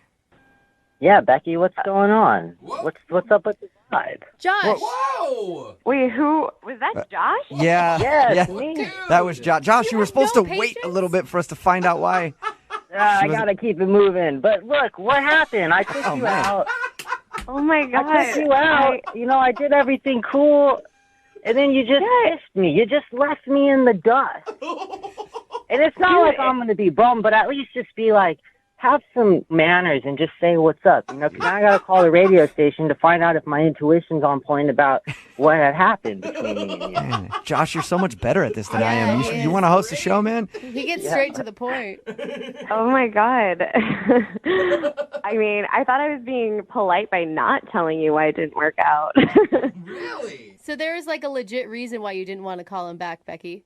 Well, yeah, I mean, I don't know, I just wasn't feeling it. It didn't work out. What are you, like I a wasn't poser? You can't just tell me what's up and be honest? Poser? I don't care. It's not like I'm going to get butt hurt, you know? But it's just like, where's the realness in the world? Where is the realness in the world, Amen. Josh? Becky, can you just tell Josh why you don't want to go out with him again? Oh my God.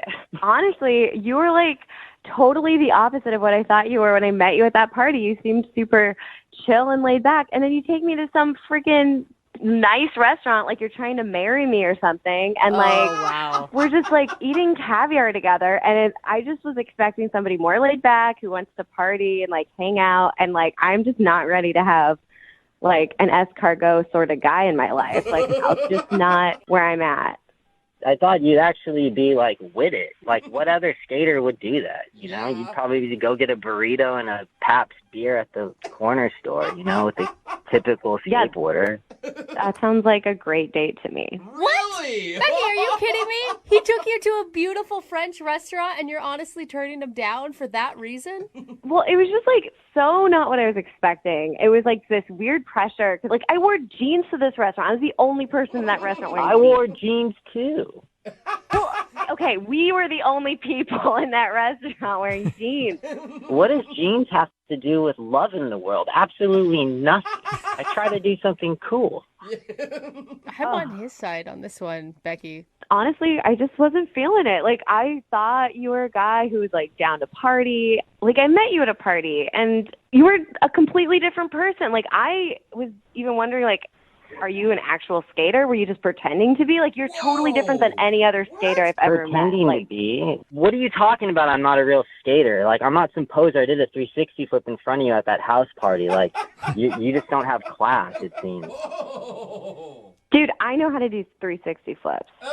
You do? Yes, I do. Dude, you can't even eat caviar and drink wine with me and then return somebody's call and just say, hey, I'm not interested. I have to call the radio. Like, this is lame. Like, whatever. It's all good. Okay, well, I thought it would be, I didn't want to offend you, so I didn't say anything, but I'm glad we had this real conversation, dude. This has been be real. Let's super make honest. the world real. Yeah. Wait, Becky, you don't want to give him a second chance? A guy that actually put some effort I don't even into- want to hang out with her. She's just another skate rat, just a lurker at the park, hanging out, dude. Oh, you think I'm lurking? You're lurking Send at her my a free friend's box of house stuff. party. Make her happy. Send her a free box of stuff. Do you want some stuff from Josh? Other I know you probably don't want to go out with him again, but what do you got laying around? You got a bunch T-shirt? of skateboard stickers and stuff? Yeah, you can send me all the skateboard stickers you want, but I doubt they're from actual companies. Whoa! Hey, you know what? I don't have time for this, man. You got two things in life, now or too late. And I'm about to bail, so you're too late. Oh, that was Well, not yet. a bird, Not- man. That not- hurt me. Not yet, Josh. I That's still have to kinda ask. Yeah, that was kind of gnarly. Thank you. I have to ask, though. Becky, would you like to go out with Josh again for a second date? We will pay for it. I'd rather wait to meet a real skater. Not somebody who's gonna pretend to live the skater lifestyle. Like, it's sorry, dude, you're kind of lame. You don't even know what you're talking about. You want to talk about real skating? Like, look at you. You can't even be treated with class. Like, go hang out with a bunch of lurkers and skate racks. Be grungy and grimy. And, go be you and half of the other chicks out there. Because you know what? That's why you're left with all your emotional BS and no one wants to deal with it. So, Wait, I'm I the one gotta being go, emotional. though. You're the one who had to call a radio station to get. You don't even have to tell me what's up. Like, what are you talking Okay. about? Oh, What are you talking about? You can't even be real and get on the phone and tell me, hey, I'm not feeling it. Like, you're the poser. What are you talking about? All your projections are yourself. Like, you're burnt. You're so burnt beyond belief. It was so nice meeting you, Josh. It was so nice. Yeah, to meet whatever. Bye-bye. Later. Well, Later, skater. Becky, thank Later, hater. you. Real mature. Okay, I'm done. This has been entertaining. Been done. Been done. Peace. All right. See you later, Becky. Oh my God, why is this making me laugh so much? Josh. Oh my Sorry, God, man. Josh. No second date, but at least you found out why she wasn't calling you back. You're too good of a guy. Yeah. Oh, shoot. Josh, it sounds like you're skating in a place you shouldn't. Run. Yeah, I just got to a skate spot, so I'm gonna do some more boarding and film and shoot some photos. I'm gonna keep moving forward. But thank you guys at the radio station. You guys are awesome. See you later. Brooke and Jubal in the morning. Text in at 78592 says, in about 5 years, she's going to be looking for that guy's number again, trying to go out after she's been treated the way that she's going to be treated by, quote, real skateboarders. Yeah. If you missed today's second date update, this dude named Josh wanted to call a girl named Becky. He's a skater. Met her while skating, like at a party. She thought it was cool. They went out. He took her out on a very nice date. Was very respectful and everything else. And that was the wrong thing to do. She didn't want to go out with him again because he was a skater. He's supposed to be like edgy and not go out to nice restaurants and stuff like that. Like, what's he thinking? Yeah, she wanted a bad boy, Yep. man. She wanted a bad skater boy. You can't argue with what you want. Yep. So So stupid to me. they decided. No, it's her choice. She knows exactly what she's getting herself into. Yep. They decided to not go out again because he's just too nice of a guy. Yeah. Oh, man. What a Even jerk. skater nice guys finish last. I know. Doesn't really really matter. Nice guys always lose. Moving 92.5.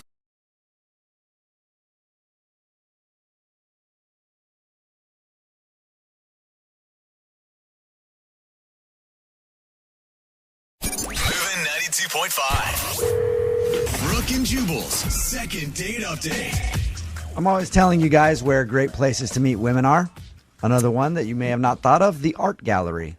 You've met a woman at the art gallery. Yes, I have. Were they finger paintings at your house? You hang out there, and then you impress them with your knowledge of art. Like, you walk up to them and you go, hey, that's a nice painting right there. It's almost as nice as the Mona Lisa, which was painted by Leonardo DiCaprio. I don't know if you know that. And it was Or the Statue of David. Sorry. Isn't the Mona Lisa a beautiful painting? Okay, maybe I've never met a girl at an art gallery before, but Ethan sure has. Ethan, how are you? Good, guys. What's going on? Not much, man. Thanks for your email. Now, Ethan, you said you met this girl, Isabella, at an art gallery.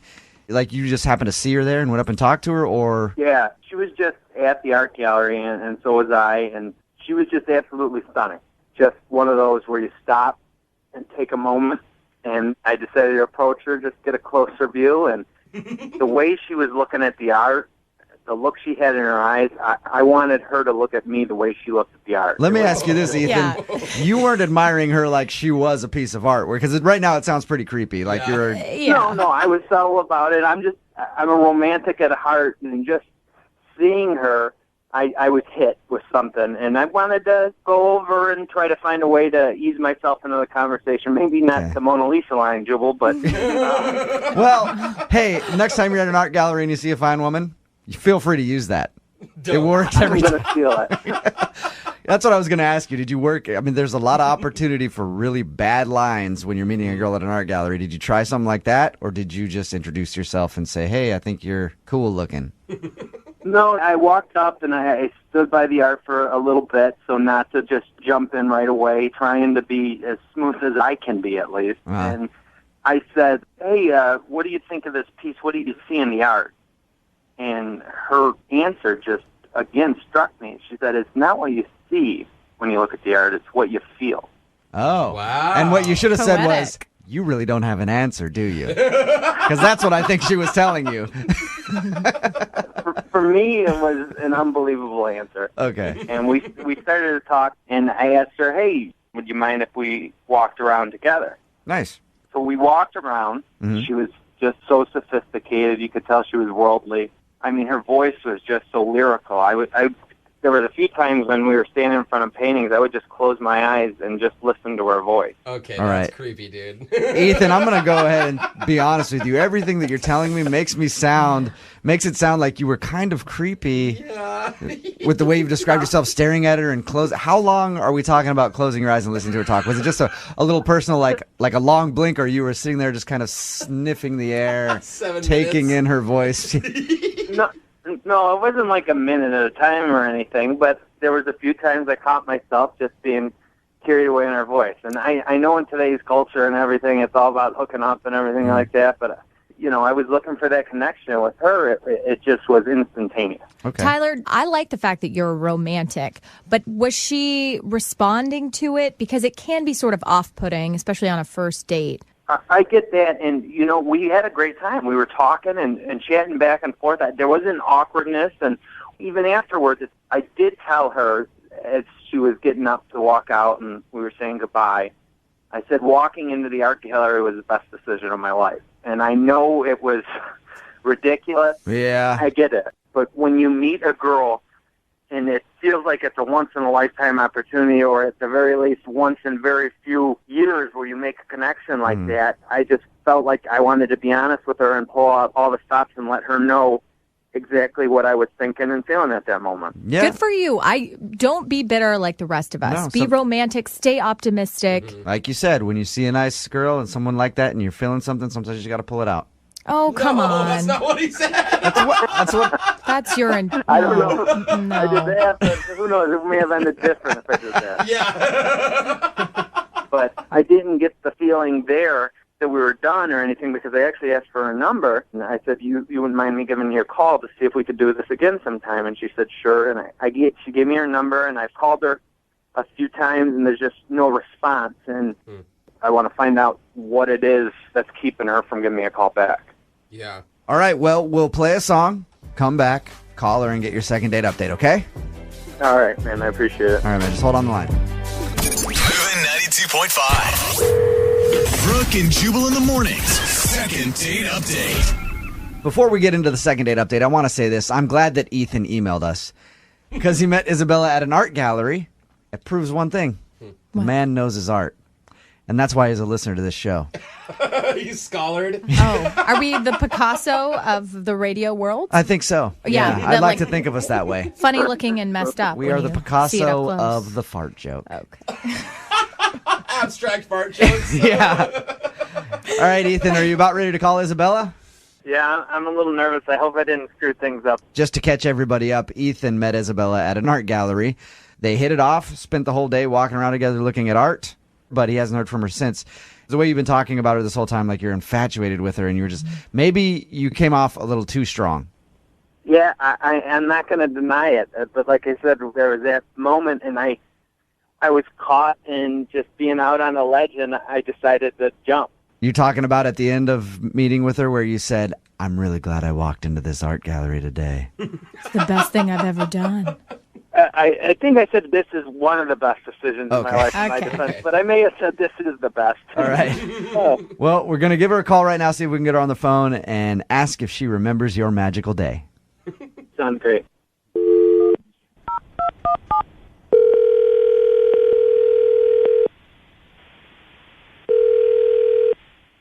Hello? Hi, can I speak to Isabella, please? Yes, speaking. How are you? I'm good. Who is this? My name is Jubal from Brooke and Jubal in the Morning. I'm moving 92.5. I'm sorry? Jubal from Brooke and Jubal in the Morning on the radio station moving 92.5. Have you heard of us by any chance? Yeah, I have. What is this about? This is about the fact that you recently went on a date with one of our listeners. His name is Ethan. You met him at an art gallery and spent the whole day with him. I take it from that little giggle you remember Ethan. Yeah, of course I remember Ethan. He emailed us because apparently he's been trying to call you to get a second date, but you won't respond to him. Did you not like him? Were you just busy? No. Ethan, he's a really, really special guy. That was a great, I don't know if you want to call it a date, but it was a great experience that I had with him. Did you not want to see him again? Is there a reason that you're not calling him back? Because it sounds to me like you had a decent time. We had a great time. It's not that though. It's just I think he's a little naive for me. Naive? What? A little too naive, yes. Is it because he's a nice dude? No. I do appreciate nice guys. It wasn't because he was nice. It was just we were talking for a little bit, and then we went for a walk. I felt like he was so in awe of the whole thing that he believes more in love at first sight and, like heated passion. And Did you feel like you were out with like some kid who has a vision of love and sort of magic? Okay. Yeah, I don't know. I'm sure it was genuine, but that love at first sight gimmick is exactly what it is, a gimmick. It's not real. It's not realistic. I've never seen any long-lasting relationships start with, I met this person and it was love at first sight. I've met people like that, and I've been on dates with people who are like that, and the whole time you're thinking, like, is this even really you, or are you faking it right now?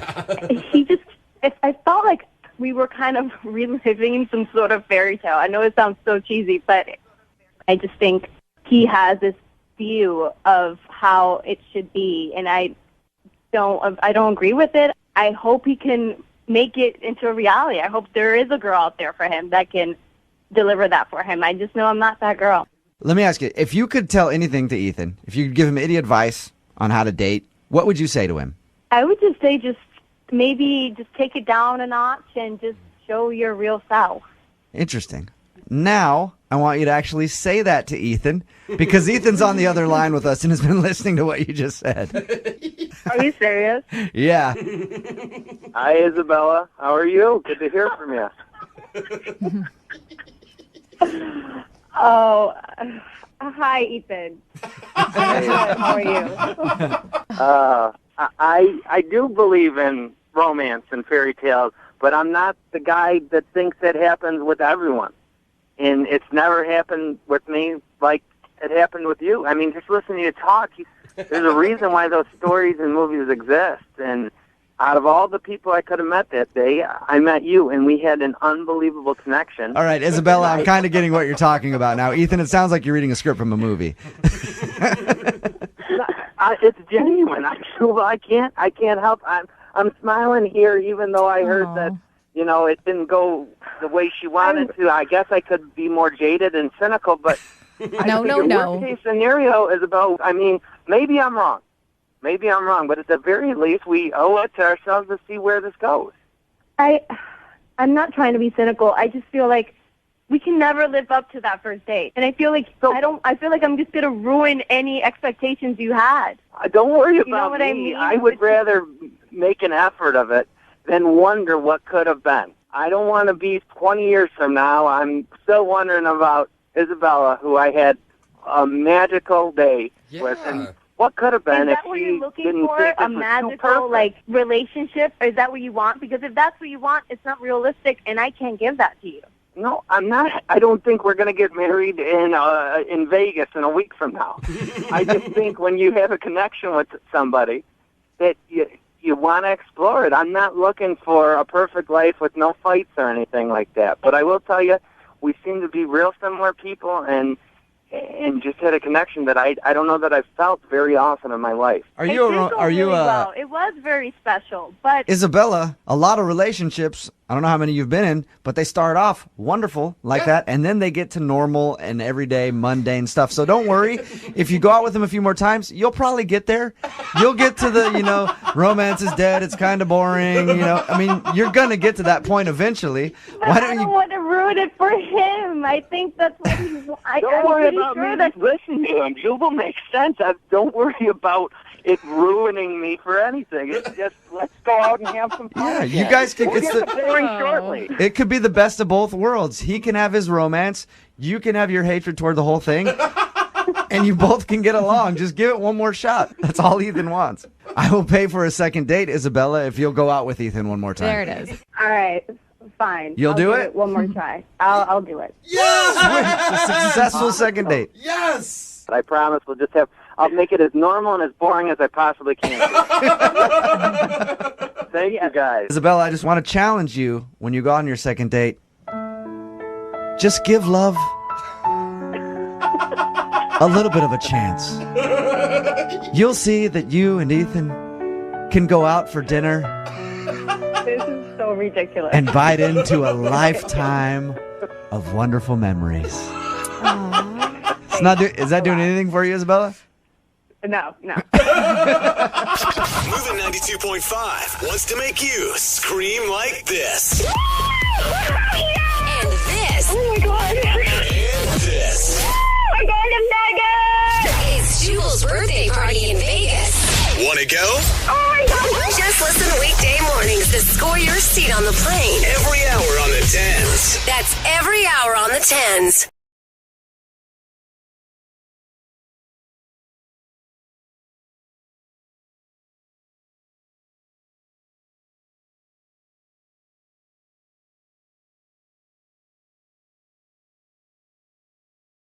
Need LASIK? Trust the experienced team at the LASIK Center at Evergreen Eye Center. No glasses, no contacts, no limits. What will you do?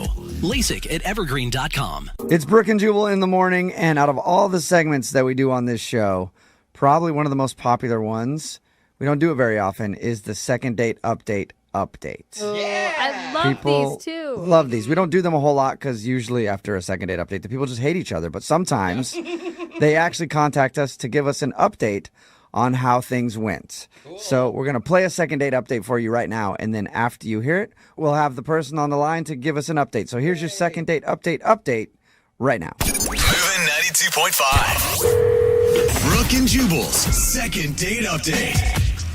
This must be the year for dating.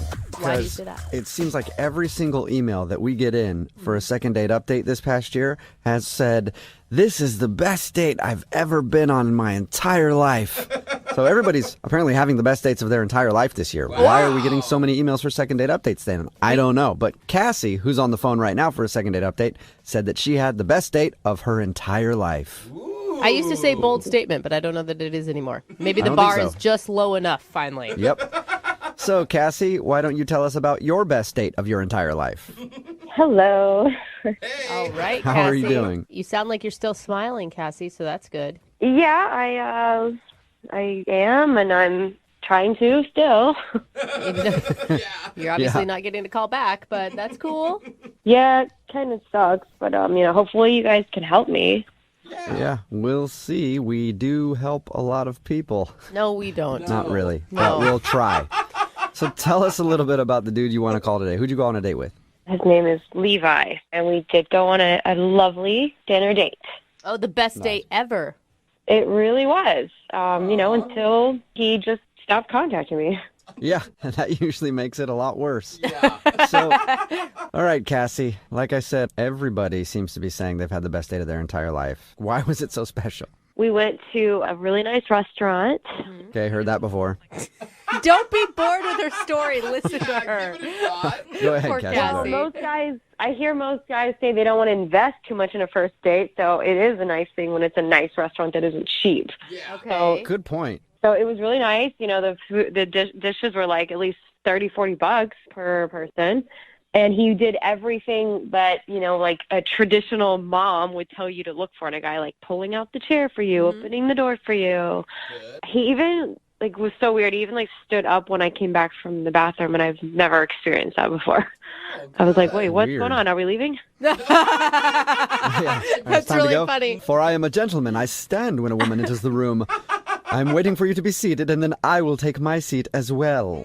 Oh, my God. Good thing I didn't say that, because I was like, oh, wait, no, he's doing that old school chivalrous thing. I was like, wow, this is really interesting. So he was really polite, is what it sounds like, which is lovely and sad that is what makes it the best date ever, or was there something else? No, there's more. It's what's so weird about it. So he wasn't only polite, he was engaging and interesting, and he had a sense of humor. He asked me questions about myself. He didn't just go on and on about himself. It was like, really?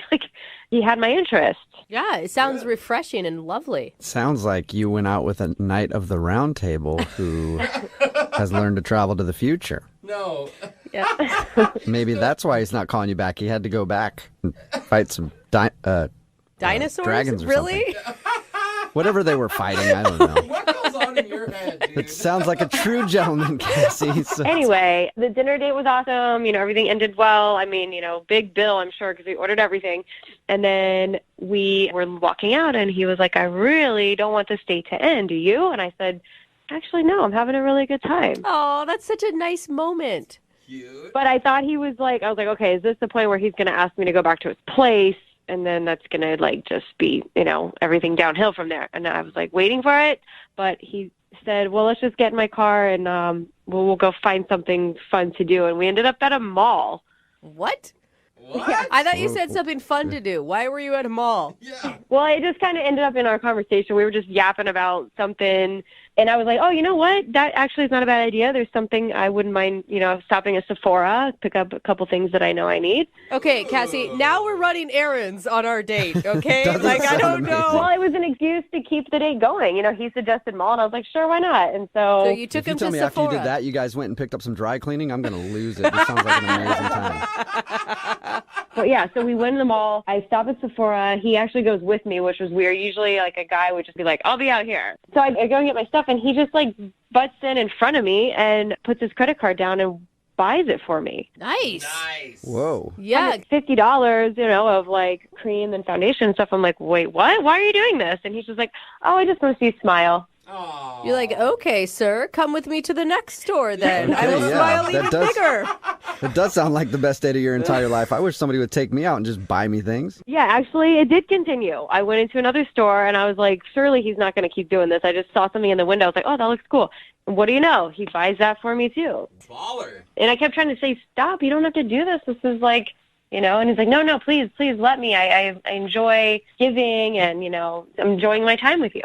Wow. Okay. So other than credit card debt, how did the date end? very nice. He just took me back to my house and dropped me off, and it definitely ended with a nice kiss. Aww. And that's when I told him, I was like, this is probably the best date I've ever been on. And, I was like, thank you very much. And he said, don't say that yet because we have another date coming up very soon together. Oh, cute. Way to Okay. take control, sir. Obviously, he So- was lying, though, because you haven't gone out Yeah. again. How long ago was it that he said that? That was like a couple weeks ago. And, yeah, that was the last time we spoke about it. I mean, he hasn't, we haven't spoken on the phone. We've just kind of texted a little bit, but not made any concrete plans. So he hasn't really followed up with what he said. Yeah. Few weeks I would not consider very soon. No. Yeah. And it's frustrating because we've kind of talked about the dates, but nothing's really happening. And I do want to see him again. Okay, well, we'll play a song, come back, and then call him and get your second date update, all right? Thank you. Okay, hang on. Second date update. If you're just joining us for today's second date update, Cassie is on the phone, and she said she had the best date of her entire life with a dude named Levi. They went out for a very nice dinner, and then at the end of dinner, Levi looked at her and he said, "Congratulations, Cassie. You just won a luxurious shopping spree. You'll be whisked away to the local mall. We'll head on over to Sephora and buy you a bunch of perfume and other facial crap. And then you get a pair of new shoes. Cassie, this is what life is like when you're dating Levi." Is that kind of how it went, Cassie? Pretty much? Yeah, I guess that was pretty much it, except for non-game show, like no music and announcer. That's too Well, bad. then it couldn't have been the best date of your entire life because every really good date involves a game show announcer. Cassie went to the mall with this dude after they had dinner, and he bought her a bunch of stuff. And then they had a kiss. He said he had another huge surprise planned for their second date, but now the conversation has fizzled out. And what are you feeling with him right now? Are you still liking him a lot? Are you too frustrated? I still like him. He's slightly frustrated, but I also am thinking there could be another girl involved, so I just want to get an answer. Oh, like he hasn't had time because he's dating other women. Possibly, or he has a girlfriend. And he If he is seeing somebody else, he's spending a lot of cash if that's the way he dates. Yeah. Yeah. All right, Cassie, here we go. I'm going to dial this one over right now. Okay.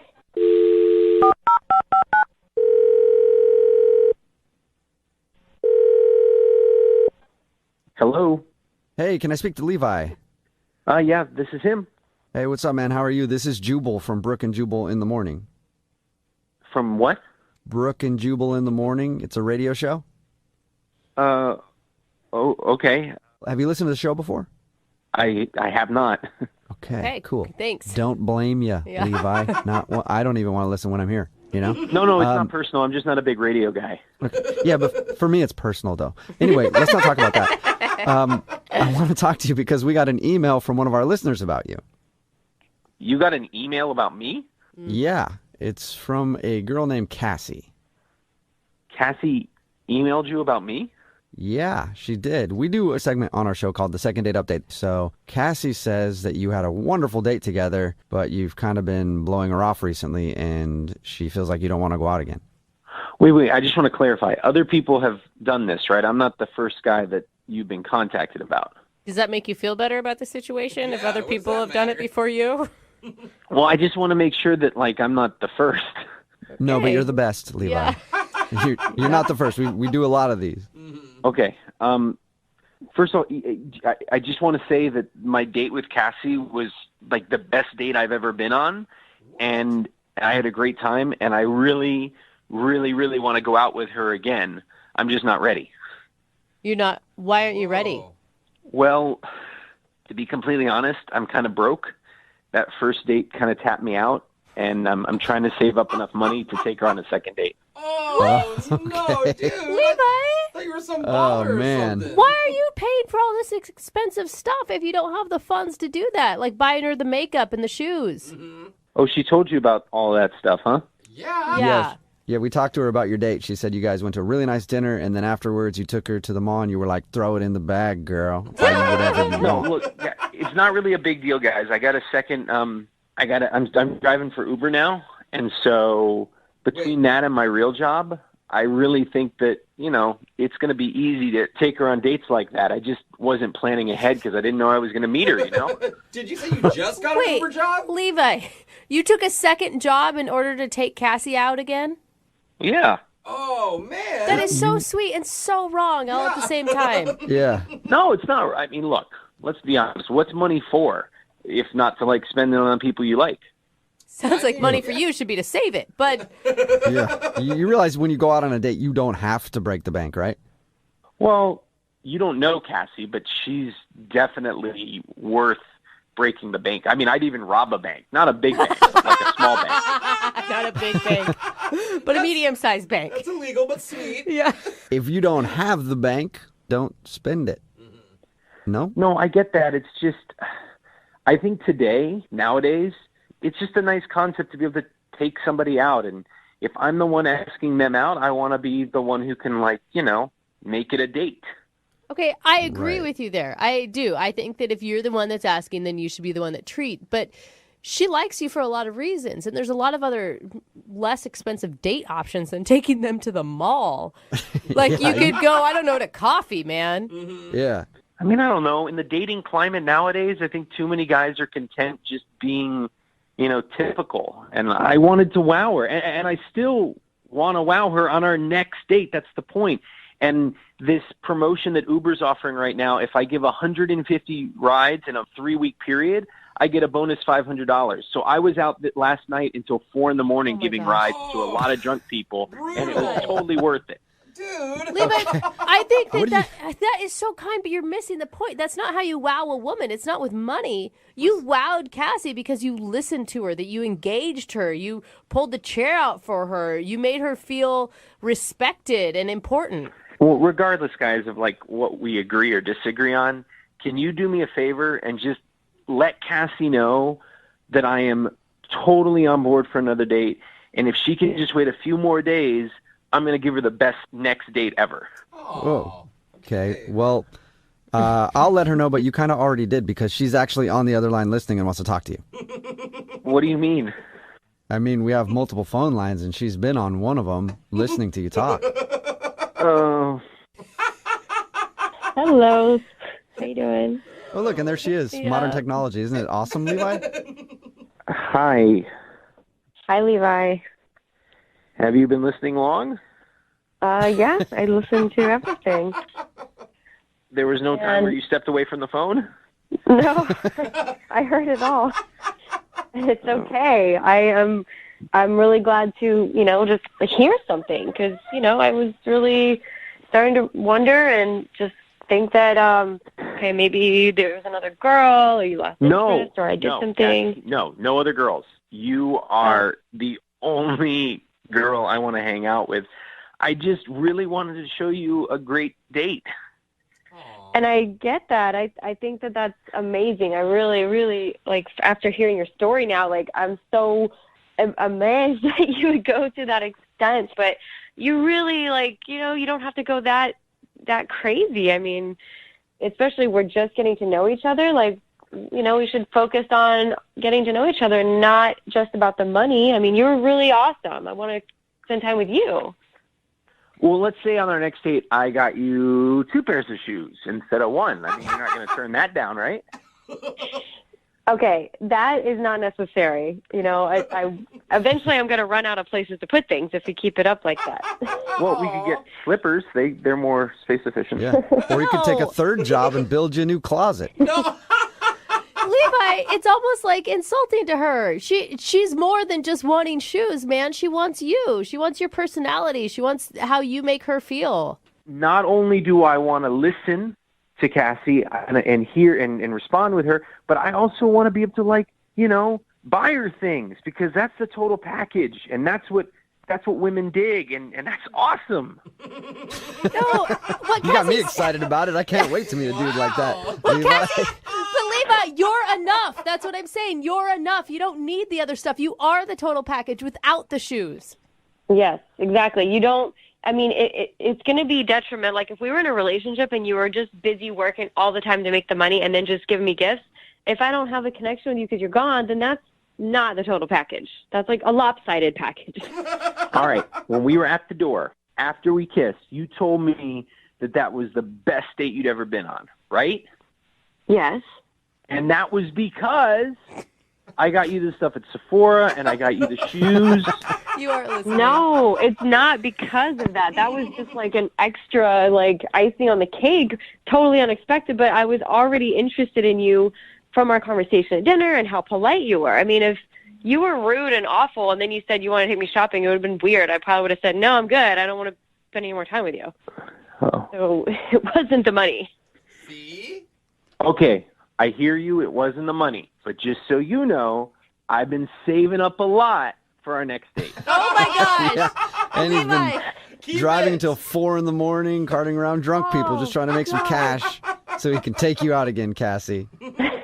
Totally not necessary. How about we just go to dinner somewhere that's inexpensive and we just take a walk somewhere where there's no money involved. No shopping, like something simple on a beach or whatever. Oh, I could rent a parasail and we could fly around on that? No. Don't spend any money. Hey, I mean, literally, the only red flag with you right now at this point is your money management skills. Like, you need to stop, man. How about this? Would you go out on a second date with Cassie? We will pay for it. And you can't spend any money on it, though. I gotta respectfully decline, guys, because I'm gonna pay for it, and you guys can't pay for anything. This is my date. Oh, my gosh. It's just the principle of the matter. You're arguing whether or not we pay for your date that you can't afford? I'm going to be paying for stuff, and that's how it is. Okay, it's fine. You can pay for stuff, but let's not, like, be spending the whole time paying for stuff. Like, just pay for a dinner and then a little dessert, and then that's fine. That's it. No shopping. How about that? So that's probably a good idea, because I should be driving Uber by 10:30. That's when you get the biggest bonus. Okay, cool. So we're in agreement then. You guys are going to go out one more time. Yes. Cassie, I'm really excited for our next date. I don't want to give away too much, but it does involve a limousine and endangered animals. Oh, my God. Oh, wow. Yeah. Dude, I don't care. I want to go on this date. Yeah, It sounds really interesting. Brooke and Jubal in the morning. You just heard a second date update from months ago, and now Cassie is on the phone with an update for us. What's up, Cassie? Hey. How are you? I'm good. How are you? Not too bad. I picture you lavished with gifts right now. Oh, absolutely. So is it only you on the phone? Because, like, he's broke now and you don't talk to him anymore? What's the deal? You said you had an update for us. Oh, yeah. No, we've been dating. We've actually been doing pretty well. Oh, my gosh. Really? That's so exciting. Congratulations. Yeah, once I realized what his motive was, that, you know, he just really wants to go all out. He has super high expectations of himself, just wants to give me the world. And I'm like, okay, I got to appreciate his motivation. Yeah, that's exciting for you. You're getting all kinds of free stuff still. That's great. I think my biggest question is how many jobs does he have right now? Yeah. Well, he has this one job, and he actually has to, like, go out of the country for it because it's going to make him a lot of money. Really? Okay. Is that why he's not on the phone with us right now? Exactly. He's abroad. Okay. And so, I mean, where are you guys at in your relationship? Are you just enjoying the present, or are you planning for the future? It's still in the present. I mean, I'm hoping it works out, but I'm still enjoying the present as well. Is he going to have to move overseas for this job? Well, for a little while, and I mean, hopefully not for a long time because that could complicate things. But yeah, it's going to be a few months. You know, he has to go there. He was actually spending a lot on his credit card, too, so he kind of has to go there. So did he just leave the country because of debt? Is that it? Is he just on the run now? Like, that's what it sounds like. Not really on the run, but he has an opportunity to, you know, pay off his debts very quickly, so he kind of has no choice at this moment. Okay, this is starting to sound a little sketchy. I'm not going to lie to you. I really hope not, but he had so much debt, and then one of his friends reached out with this opportunity, and he's going for it. I've seen the show Locked Up Abroad, you know? Is that the opportunity? Like he's smuggling drugs from wherever to wherever? A lot of money really quick. There's a lot of money. You can make money pretty quick that way. No, it's not drugs, but it is diamonds. Diamonds? He's smuggling diamonds? He's going to be digging for diamonds. He's digging for like he's actually in a mine as we speak. Yeah, his buddy in Russia actually called him because he bought some land and he needs to help mining or digging for some diamonds. So he's doing. And this isn't like an email scam that he fell for? Yeah.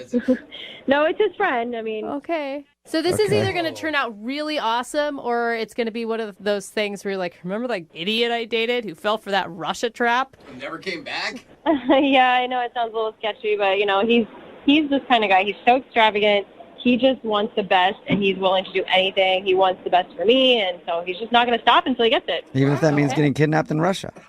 Well, he texts me and gives me the updates. They got to get permits, and they got to go through all this process. So it seems legit. I mean, I believe him. Seems legit. All right. cool. Well, Well, hopefully good for it him. works out for you, and you're the next heiress of a Russian diamond empire. Yeah. All right. Okay. Well, thanks for the update. Take care. Thank you. Moving 92.5.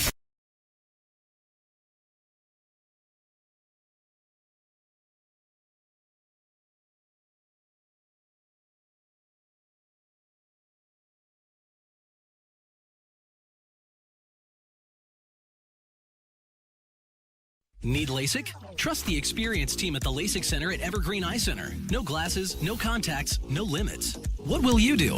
LASIK at evergreen.com. Moving 92.5. Brooke and Jubal's second date update. For today's second date update, a listener named Kelsey is on the phone, and she thinks she's not getting a call back because she describes herself as boring on the first date. So let's find out. I'm a good judge of boring. What's up, Kelsey? How are you? Hey, good. How are you guys doing? Yeah, bored. Bored. Already, Kelsey. She said, hey. Oh, my God. Poor Kelsey. Oh, my God. Yep, snooze fest, Kelsey. Yeah. Jeez. No wonder you're not getting a call back. You know, right? Are you always boring on first dates, or was this an exception? No, this is just like kind of a chill first date. So it wasn't, we didn't do anything epic. We actually met this guy online, and I kind of thought he was different than the other guys that I've seen like on Tinder and all of those apps. What's his name, first of all? His name is Thomas. Thomas, all right. What made him stand out? You said he was different than the others. Well, a lot of the other guys, they're trying really hard just to impress you on these apps like all the time. Right. So he didn't seem like he was doing that at all. Okay, so he seemed like he didn't care. Not like he didn't care, just that he was like down to earth. Okay, That just seems like it would be refreshing, instead of somebody who's on 24/7 just trying to impress you the whole time. Yeah, exactly. And what was it like when you guys met in real life? It was awesome. We just like kind of went for a little walk and got to know each other. I grabbed some ice cream and then kept hanging out for a little while, and we decided like we'd stop by the grocery store just to pick some stuff up. So he like helped me bring my stuff back. Yeah, Kelsey, I'm going to go ahead and say that's a pretty boring date. That's all you guys did.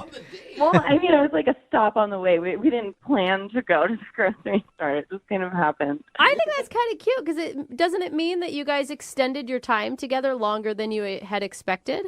Yeah, I mean, that's what I thought. Like, he was totally making me laugh in the store, and I just feel like I was smiling the whole time. Like, I had such a good time. Oh. But then, like, afterward, I thought, like, it's early. Maybe I asked him if he wanted to go see a movie with me, keep the night going, and I was, like, super shocked by his answer. He would just said no.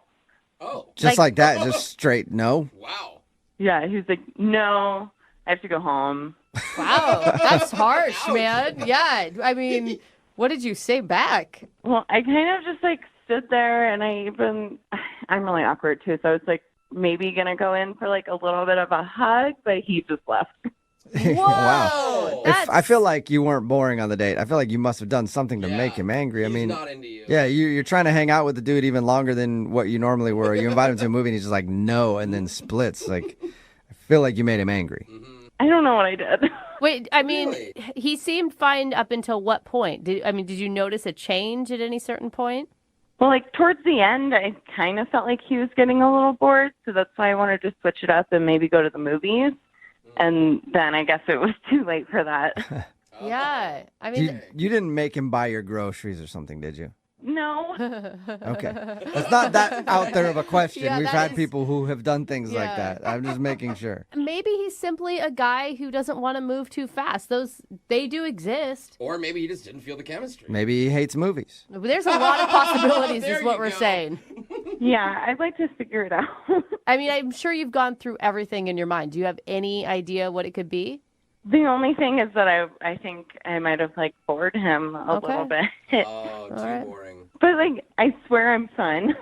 Like I am a fun person. I have a lot of fun with my friends, and like that was just not an accurate representation of like who I am and like what I do all the time, you know? Okay. I don't take guys to grocery stores. So if that is his reason that you're a little too boring, you want to try to convince him that you're not boring and get another date with him. Yeah, definitely. And then do something like super fun, like roller coasters or I don't know. Yeah, you're gonna have to go skydiving or something. Or IKEA. Yeah, well, Jubal, don't get crazy. I know. I'm a little wild like that, though. Yeah. All right, Kelsey. Well, we'll play a song and then come back and call him and get your second date update, okay? Okay. All right. Hang on one second. Moving 92.5.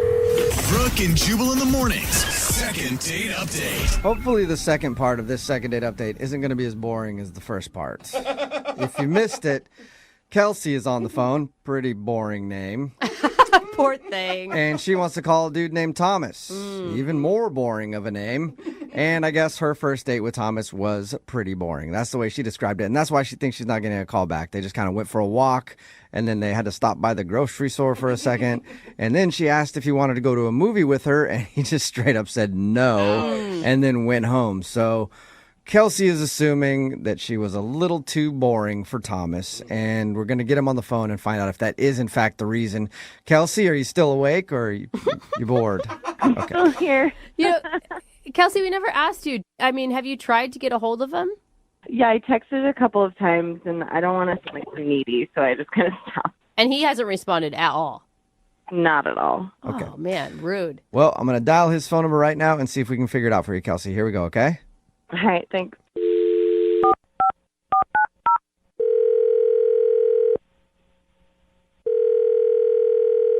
Hello? Yeah, can I speak to Thomas, please? This is him. Who's it? Thomas, what's up, man? This is Jubal from Brooke and Jubal in the morning. Who's that? Brooke and Jubal in the morning. It's a radio show. Okay. You ever listen to us before? Nah, I don't do mornings really. I don't blame you. I am so jealous of that. Man. You are a good person. Yeah, seriously, you got to figure it out. I'm so tired of Yeah. waking up this early. Well, Did I like win something? What's going on? No, you didn't. We do a segment on our show. It's called the Second Date Update. That's where if you go out on a date with somebody and then end up not calling them back after, they can email us to see if we can get you on the phone and find out what happened. So somebody emailed us about you. Oh, that sounds like a lot of work.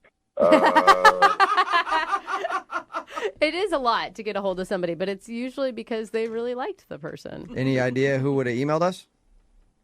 I don't know, dude. Are you awake right now, Thomas? I mean, I don't want to be, but I am now. Okay, sorry, I feel you, man. I'm right there with you. Is this going to take, like, how long is this going to take? It shouldn't take more than a few minutes, in case you're busy or whatever. But I just want to go back to sleep. But okay. well, do you remember going out with a girl named Kelsey? Probably. Probably? Oh, my God. Do you remember her or no? Yeah, I remember. Okay. What's up? Well, Kelsey emailed us because she told us about your date. And she said that you guys went for a walk, stopped by the grocery store, and she invited you to the movies. And that's when you... yeah, it was a lot. It was a lot. It was a lot? It was a lot? What was a lot about it? The walk or the grocery store? All of it. It was... anyway, so what do you need? Oh, my God. Thomas, you just Kelsey, did a... Kelsey wants to know why you're not calling her back. Oh, gosh. Thomas! Can you tell us why? I guess. It was just like she wanted to do so much stuff. Really? What do you mean? She thought she was too boring for you. She thought that a walk in a grocery store was like lame and that you were looking for more excitement, and that's why. Who walks? Like, that's why they invented cars and Uber. Like, why do we have to walk? It was so much. Okay, so it's not that you were bored on the date, you just didn't want to walk. Pretty much. No, it was. I didn't want to do. And then after the walking, it was the random restaurant, and then the grocery store, and then I had to carry her groceries, and then I had to help her put the groceries up, and then after all of that, on top of that, she was like, "Oh yeah, let's go see a movie." I'm like, "Oh my God, I just did more work than I've done all week." I don't want to do any more things. And it was so late, dude. It was like 8 o'clock or something. Like, it was so late.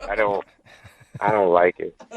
Wait, Thomas, I mean, you're concentrating a lot on the things that you did on the date, but what about her? Did you enjoy hanging out with her? She said she was laughing a ton. Smiling a lot. I mean, she was cool. It was just she does too much, man. I'm not an outdoorsy dude who likes to do all this. Like, I feel like she would go hiking, and that sounds terrible. Okay. So if I'm reading this correctly, you just feel like she likes to do way too much. I mean, I'm sure she'll find someone who likes to do stuff with her, and that's awesome. But I just don't. I don't like. If I didn't have to leave the house, I would not leave the house. Why? Wait, why are you even dating then, Thomas? Like, dating requires you to do stuff. It doesn't though. Like dating, you drive to a place, you eat dinner at a place, and then that's it. And then maybe you go back and you watch like Netflix or Hulu or something. Like, it's not. I don't know. She wanted to do so many things, and I'm not that kind of dude. I'm not that kind of dude. All right. Well, at least you know what you want, Thomas. Oh, you should have told her that though, Thomas. She did not. Yeah, but then I'd have to like meet up again. We'd probably have to go on another walk to explain why I don't like going on walks. Yeah. A lot of effort. Well, wow. Thomas, I know that this is probably going to be hard for you to deal with, but Kelsey is on the other line and wants to talk to you for a minute. Oh my God, you guys are the worst. Kelsey, are you still there? Yeah, hey. Hey, what's up? I can't believe this is like complete opposite what I thought was going on. I thought you didn't like me because I was boring, but you don't want to do anything. Like, the whole point of like going out with someone is to like get to know them while doing an activity. Yeah, but you wanted to do so many activities. Like, if we just did 2 activities, that's it for the day. For the day. You get a morning activity, you get a night activity, and that's it. But you wanted... What are your activities? Just Netflix? I mean, that and like a good bowl of soup. Oh, my God. Thomas, all it was like one walk to the place that we were going to. Like, that was it. Just one. It was not that extreme. Yeah, but why would you want to walk? Like, are we cavemen? Like, all you have to do is call an Uber. We could have saved so much time. And then my leg was tired. I was, like, out of breath. Like, my body's not used to this type of activity. What? Your body isn't used to going on a short walk to a restaurant? Not anymore. We're past that. Thomas, just even a little bit of exercise would make you feel better. It'd give you more energy. It may make I don't think it did any of that. Yeah. Oh my God. And the thing is, I'm happy with my life. I'm doing fine. Like, I don't know why you're trying to like change me into some LA fitness jogging jock dude. Oh my God. Yeah. Hey, man, if you're happy doing you, then just keep doing that. But I think, it doesn't sound like Kelsey's that demanding, really. And it sounds like you guys had a nice connection and that you could be missing out on something possibly pretty special.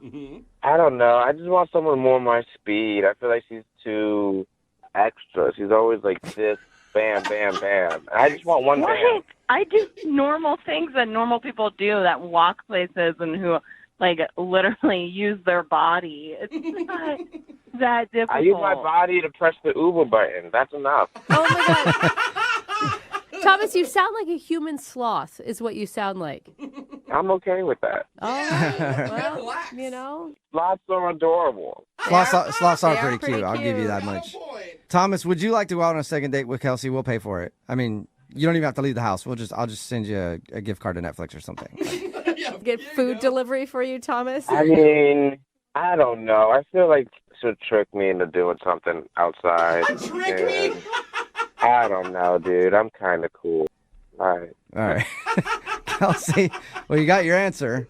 Yeah, I guess so. That was crazy. And I know, personally, I am exhausted after all that, man.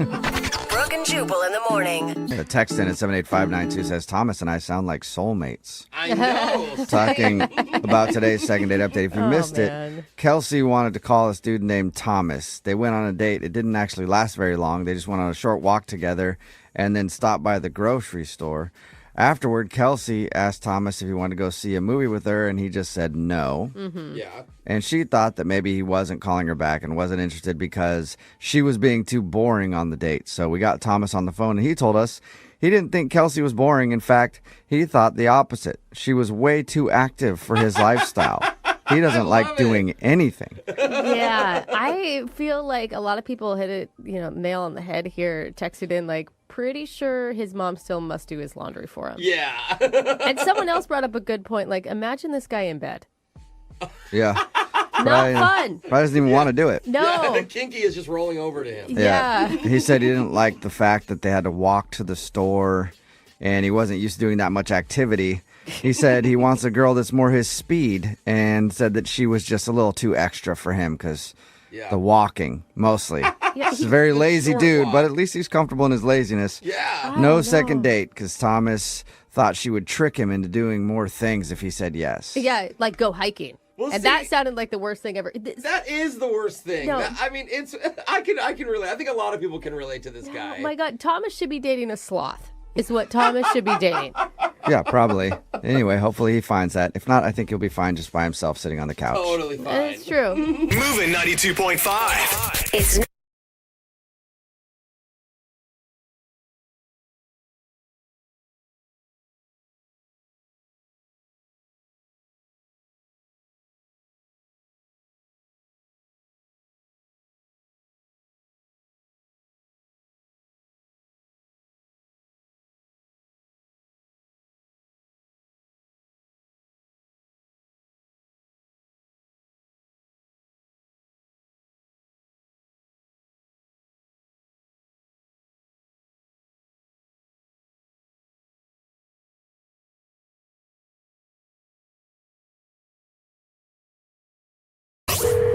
Second date update. A woman named Mallory emailed the show for a second date update today, and her email said that she had one of the most embarrassing moments ever happen on this date.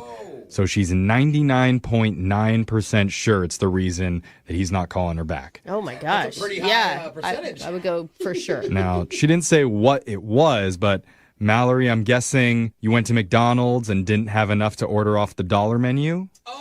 Happens to Jose all the time, so don't feel too embarrassed. I said, No, that's not it. And it was a date, so he would have paid anyway. Oh, okay. that's true. Sometimes women pay. I think that's totally fine. No, Brooke. Oh, right. Yep, those are the rules according to Mallory. Okay, Mallory. I feel like if it's a date, then I agree. All right, I'm we're old-fashioned. getting sidetracked. Let's go back to the embarrassing part. Oh, so first, tell us about the guy that you want us to call. What's his name?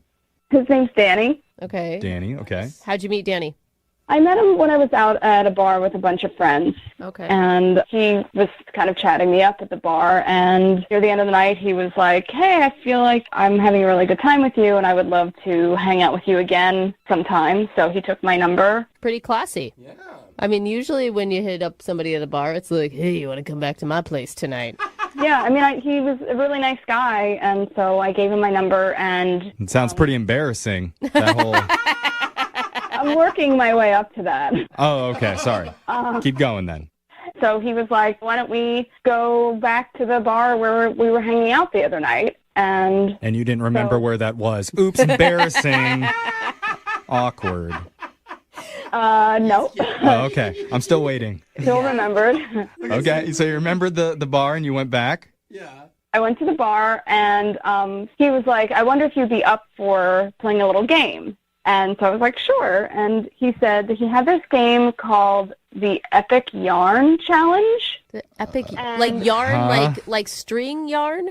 Well, he was talking about, like, telling a story to a group of strangers for 15 minutes straight. That would, like, keep them captivated for the whole 15 minutes, where they'd be, like, so enthralled with your story that by the end be, like, applauding and offering to buy you, like, rounds of drinks. So it was a competition between you two to, like, approach random people in the bar and tell them long stories and see who got the best reaction. Yes.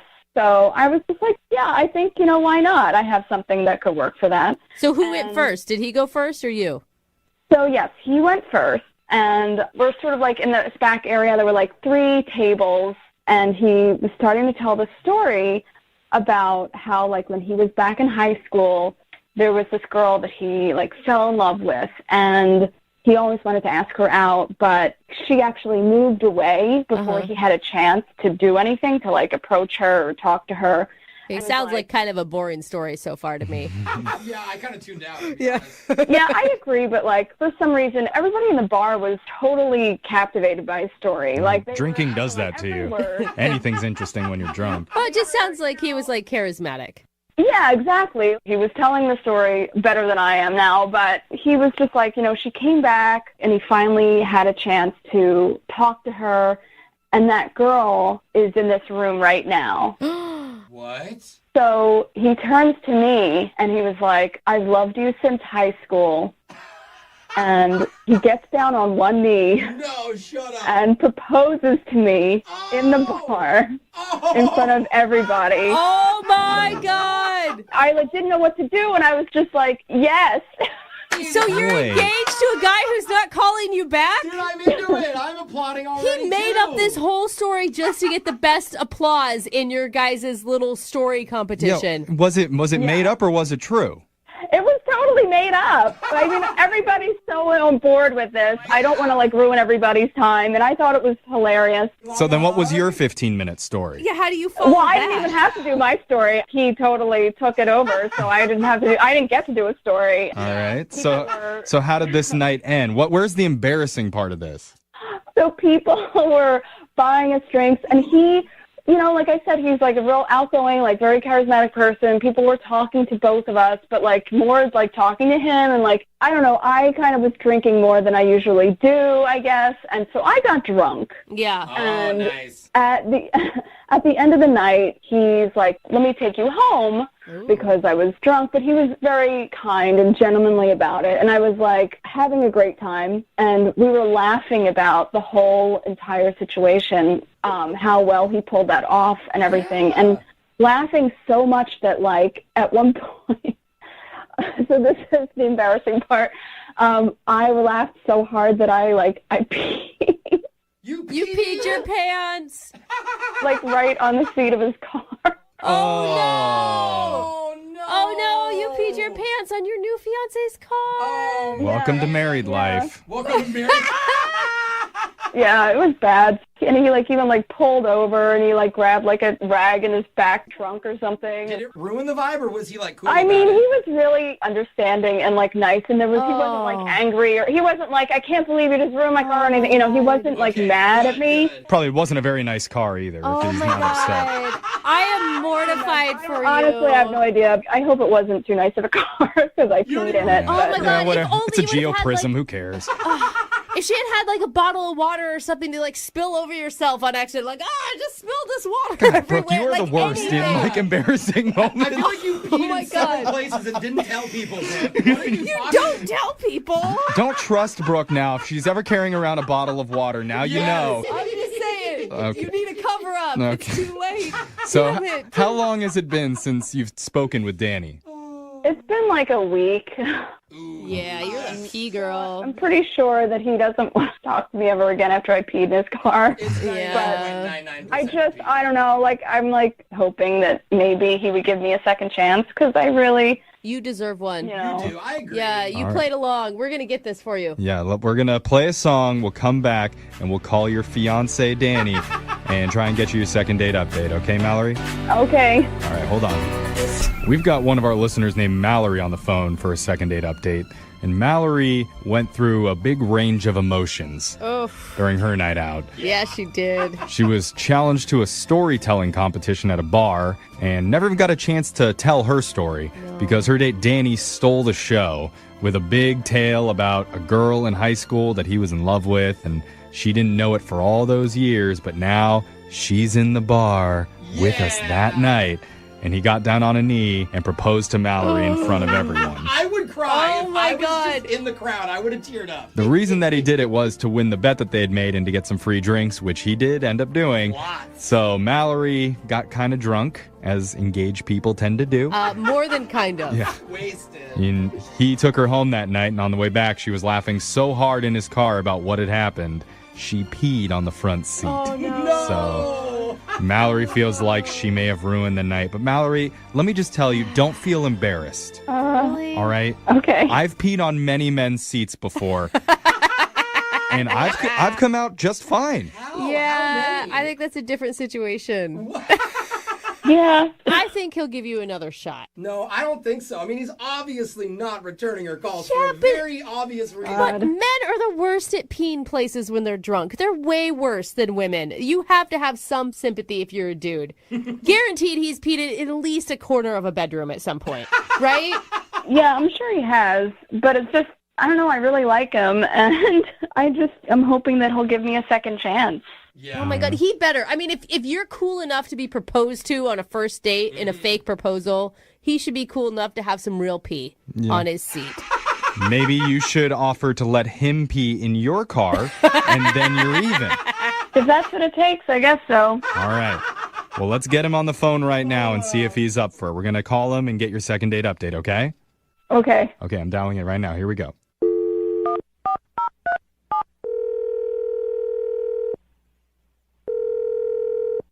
Hello? Hi, can I speak to Danny, please? Yeah, this is him. What's up? Hey, Danny. My name's Young Jeffrey from the radio show Brooke and Jeffrey in the Morning. You have a moment to talk? What's going on? We do something on our show called a second date update. That's where if you go out with someone and afterwards they're not calling you back, you can reach out to us and we'll reach out to that person for you to try and figure out the reason why. Okay. Okay. And so there's a woman that reached out to us about you. Her name's Mallory. She told us all about the night that you guys went to a bar and that made up this great thing about long-lost loves in high school. What was going through your head when you got down on a knee and faked proposed to a chick you just met? It was, she's so pretty and she's so nice. And I guess like I've been kind of planning to do that kind of like date idea with someone special. Yeah, I guess I was just disappointed in the end. Yeah, the pee thing. Well, yeah. She told us, sorry. Yeah, she I'm did. getting ahead of myself. She did tell us about how the night ended with your car being a little soiled. I don't know what to say. I'm sorry for your car. It's okay. I guess I was kind of disappointed before that. Wait, what? It wasn't the pee. Dude, she's humiliated. Yeah. Okay, here's the real deal. The truth is that it wasn't a made-up story. What do you mean it's not a made-up story? The story was the truth about me being in love with her. Whoa. Hold up. Yeah. My head. She told us that you guys had just met at a bar recently. Yeah, like that didn't help that she didn't remember me. You really went to school? I did go to school with her. I'd known Mallory for a few years, like kind of from afar. And what? She did move away before I could do anything. And, God, it's weird. I guess I really was kind of like proposing to her. Oh, my gosh. Are you messing with us? Is this you're the big storyteller dude and now you're just going with it? No. She said she just met you at a bar with her friends and you hit on her and that's how you got her number. But that's not true. You've known her for longer than that. I guess you could say like I've known about her, but she really hasn't known about me. Okay, that makes you sound like a stalker. How did you know about her? I know that it sounds awkward, okay? Like, how do you tell somebody you have strong feelings for them without being creepy? You do it in emojis. No. It lightens it. How do you have strong feelings for someone if you don't even know them and they don't even know you exist? I do know her. I do know about her, I've cared about her for a long time, and... It's like, is it odd? I feel like it's like knowing a restaurant by looking at the Yelp reviews and never actually going there and then giving your an opinion on it. So what are you disappointed in, Danny, that she didn't know that you had these feelings secretly this whole time? Or she didn't know you existed? Well, it's just, I guess, like, how do you tell somebody you've been in love with them for over a few years? She was laughing about it and saying I'm a great storyteller, and the whole time I'm thinking this just isn't a story. So she's like, so it's wait, so believable. Was that a real proposal then? I mean, kinda. Oh my God. Wow. Okay, hold up though. So if she really said yes, you would really marry this girl? I mean, she already did say yes. No, but she didn't know that she was saying yes. That's not going to hold up in court. You don't go to court for engagements. What is going on? Where do you go from here? You tell me how I tell her it was a real story and it was really about her. What would you do? Well, you kind of already did tell her. Oh my God, this is about to be so Because she's been on the other line listening this whole time, and she wants to talk to you. No. Tell me you're lying. Tell Well, me that she it's may not have true. fainted because I probably would have. This is nuts. Mallory? Yeah, I'm here.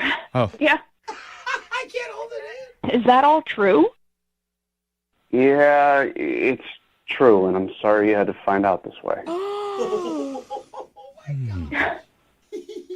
I feel terrible. Like I can't believe. Like I'm so heavy. I don't understand. Like what? This is like a lot to take in. 'Cause, how are you disappointed that I didn't know that we hadn't met before? If we hadn't met before, No, like I don't understand. That doesn't make any sense. I guess I'm really disappointed in myself because after all this time and thinking about you, this is the way that I tried to let you know how I felt, and it was the wrong way to do it. And I guess I'm sorry. You know, like, what do you do in this situation? I feel like one thing could be to be honest with someone.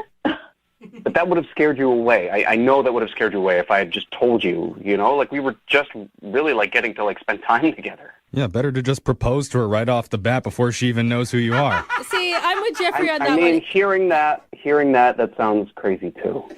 Is there no middle ground with you? Yeah. I mean, like, I humiliated myself in your car on the way home, and, like, I felt like I'm going out on a limb by taking the story to, like, a radio show to reach out to you. Which and is kind of weird, like, but that's okay. Oh, you're being the judgy one now. Okay, hold on. Trying to tell me that I'm weird. Okay, creeper. No, maybe. Oh my God! Maybe it's, like, maybe it's just kind of nice, you know, that we both like don't need to feel bad. Maybe, you know, maybe this is just like part of a story of us figuring out how to like try this thing. Yeah, what do you say you call it even, Mallory? Wait, hold on. I don't even know where Mallory is at this. Are you creeped out? Do you see red flags? Are you thinking this is romantic? Or do you feel the same? Are you in love? Because personally, I feel like I need to tell you to run, but I don't know.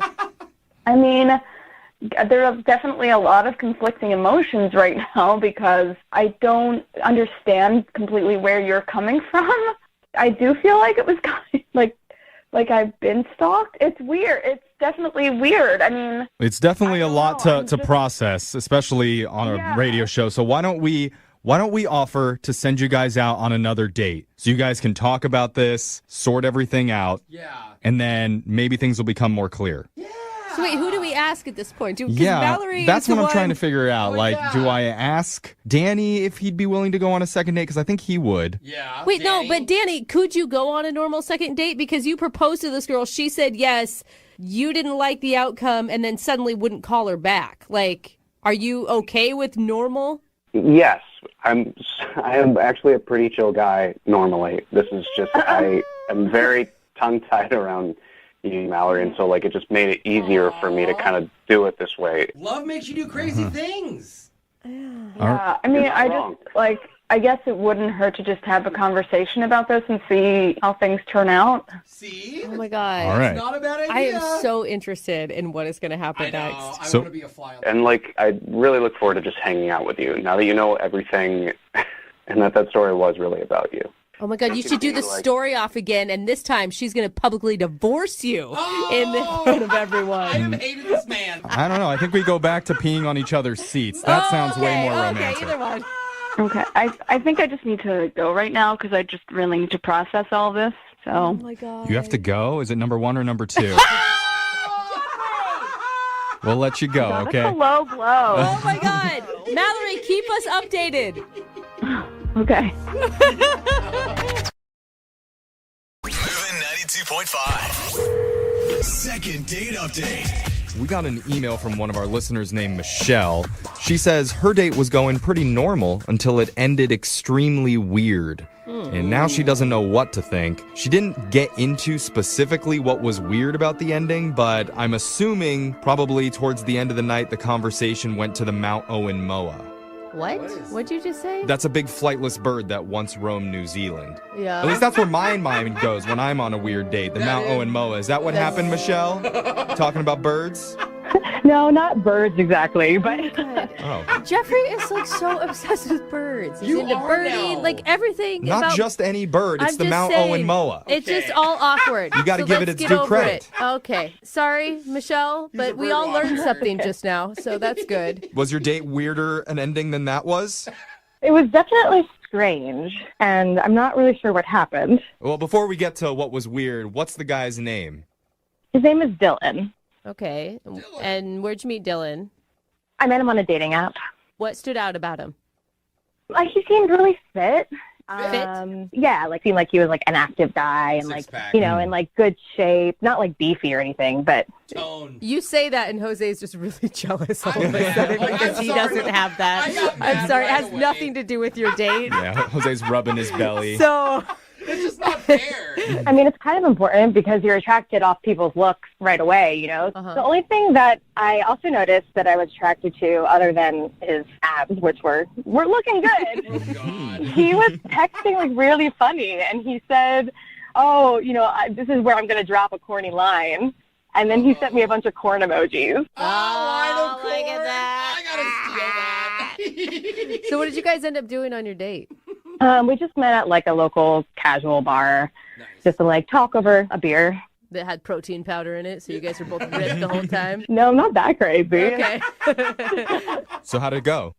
Oh, it was just kind of a normal date, we were just hanging out, talking about normal stuff. Okay. And I mean, during it, because you can always tell whether or not you even want to go out with this person again. How were you feeling? Yeah, I mean, he seemed like a really nice guy. It seemed like we had some stuff in common. I like rock climbing, like going to the bouldering gym, and he had also done some of that, so we were bonding over that, and that was really cool. So, I guess I was interested in him, for sure. So when did the date get weird? So we were just sitting there talking and hanging out, and then all of a sudden he looked at his watch, and he made this weird face, and then said that he had to go, that he forgot he had something important to do, and he said he's so sorry, and then just like got up and left. Did he have a smartwatch where he was reading text messages on his watch? No, that would make sense. He just had like a regular old watch. It's like, oh, this is the time I turn into a pumpkin. I must rush. Exactly. Like, are you a werewolf or what's happening here? And that's weird that he would schedule something in the middle of a date, too. Yeah, I didn't even know if he had something actually scheduled. Yeah. He didn't really explain or say anything. I mean, we hadn't even hung out an hour, so none of this made sense. So do you feel like it was something about you that all of a sudden he was repulsed by and he had to run from the bar? Oh, no. Yeah, that's immediately where Brooke's mind goes, that there's clearly something wrong with you, Michelle. No, we were vibing, so I don't think so. The only thing that came to my mind was that he had another date. Oh, that he like double booked himself? Yeah, maybe. You're gonna get that with a hot dude with chiseled abs. And abs. That's what happens. Yeah, not bitter over here at all. Don't worry. Go with the chubby guy. He would never ditch you at night. Exactly, and he wants to eat. Yeah. So he's gonna stay at the bar. All right. Hilarious. Sorry. So, Michelle, have you reached out to him after your date? Yeah, I had texted him a couple times just saying like, hey, is everything good? And he wrote me back and said, like, everything's all good. But, I asked if we wanted to try and meet up again and have, like, a more proper date. And he never wrote me back. He never wrote you back. Yeah. Yeah, I mean, he's obviously not into you, but who knows Brooke, why. What are you talking about? Well, Why are I'm you just being so honest. rude? He's obviously not into you, but you know what? I guess we'll try and get a date for your sad, lonely person. What sign points to he likes you? I mean, I'm not trying to be a jerk, but that's just the reality of dating. Wow, okay. They had Michelle, I think you're wonderful, Yes. by the way. You're Jeff. wonderful, and you're amazing at dating. And what we're going to do right here is we're going to call Dylan. And we're going to find out all the amazing reasons that he should go out with you again. Okay, we're also going to discover why he doesn't like you. Brooke, so come on. you're good with that, right? We're going to change our attitude, play a song, and come back and get your second date update, all right? Totally. Thank you. Moving 92.5. Second date update. If you're just tuning in for the second date update, we're talking to Michelle right now. She went out with a guy named Dylan. And Dylan's handsome, he's fit, he's funny, he's charming. Oh, Dylan. Oh, wait, is this me? No, Oh, sorry. You better I'm stop. looking at my bio on the radio Yeah, website. uh-huh. That's my bad. No. That is so cute. No, Dylan's Wow. weird. Dylan's a weirdo. Other than being super toned and having nice abs, we have absolutely nothing in common. Uh-huh. But apparently, him and Michelle went out to a bar. They had a few drinks together. And at one point, Dylan checked his watch and looked surprised and suddenly told her that he had to go. No explanation beyond that. And so she's been having a hard time reaching him ever since then. Michelle, are you ready for this? I'm ready for this. Yeah, you better be, because I'm going to tell you he's going to drop the hammer. I don't know. I'm just kidding. I don't know. But I know that you've been racking your brain because there's not a woman alive that doesn't overanalyze every second of a date. Oh, totally. Can you think of anything you said that would make him feel like he had to run? In a bad way. What? I'm just saying. Like, did she bring up marriage? She dropped the L-bomb? Where are you at? No, we didn't talk about any kind of like past relationships. We only talked about positive things. But I don't know, like maybe he had like a medication he forgot to take. I really have no idea. All right. I like that. Let's blame him. For once, yes, Brooke. Yeah. Let's try that. All right. Well, we're going to call Dylan now, and we're going to figure out once and for all what his deal is, okay? Yeah, great. Okay, I'm going to dial his phone number right now. Here we go.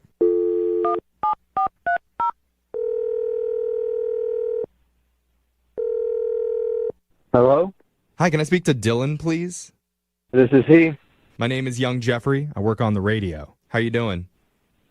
I'm doing fine. How are you? I'm wonderful. Thank you for asking me that. Oh, that's nice, Dylan. No one ever asks. Oh, come on. They don't. There's like a bunch of people on the phone there with you? Yeah. Yeah, this is my radio cohorts. Is that the right way to say it? Co-hosts? Whatever. We're a radio show, Dylan, so there's a couple of us in the room. Yeah. And there's like people listening besides me and Okay, I don't think I have time to explain to you how listening and how radio works. The reason that we're calling you is because we're doing something called a second date update.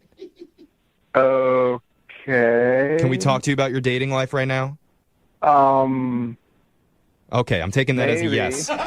Not all of it, just one date. Yeah. Okay. Specifically with a girl you went out with recently named Michelle. Oh, yeah, Michelle. I remember Michelle. Okay. Then why aren't you calling her back, Dylan? Oh, I mean, I intend to. I really think she's pretty cool, actually. I've kind of got a plan in the works. A plan? Okay. So, yeah, I just have to wait till later tonight. You know, Tonight? Okay. What's going on? Are you in a relationship and you're planning to break up with your girlfriend tonight and then you're going to call Michelle back for the second date? What? Guess that's a no. I think you spoke a little bit too quickly there, Brooke. So why can't you just call her now? Why do you have to wait?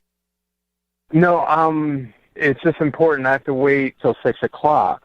Why are you all about time, man? That is so weird. She told us on the date that you like looked at your clock and you're like, I gotta go, and you ran out of the date. Oh, she told you that? Yeah. I mean, obviously left a pretty big impression when you think things are going well and then suddenly your date ditches you. I mean, I was having a really great time. So why would you run away? Why do you talk so slow, Dylan? No, it's not. I didn't run away. It's just that I had to end the date there at that time. Why? Because we had reached 56 minutes. Oh my gosh. What does that mean? Why?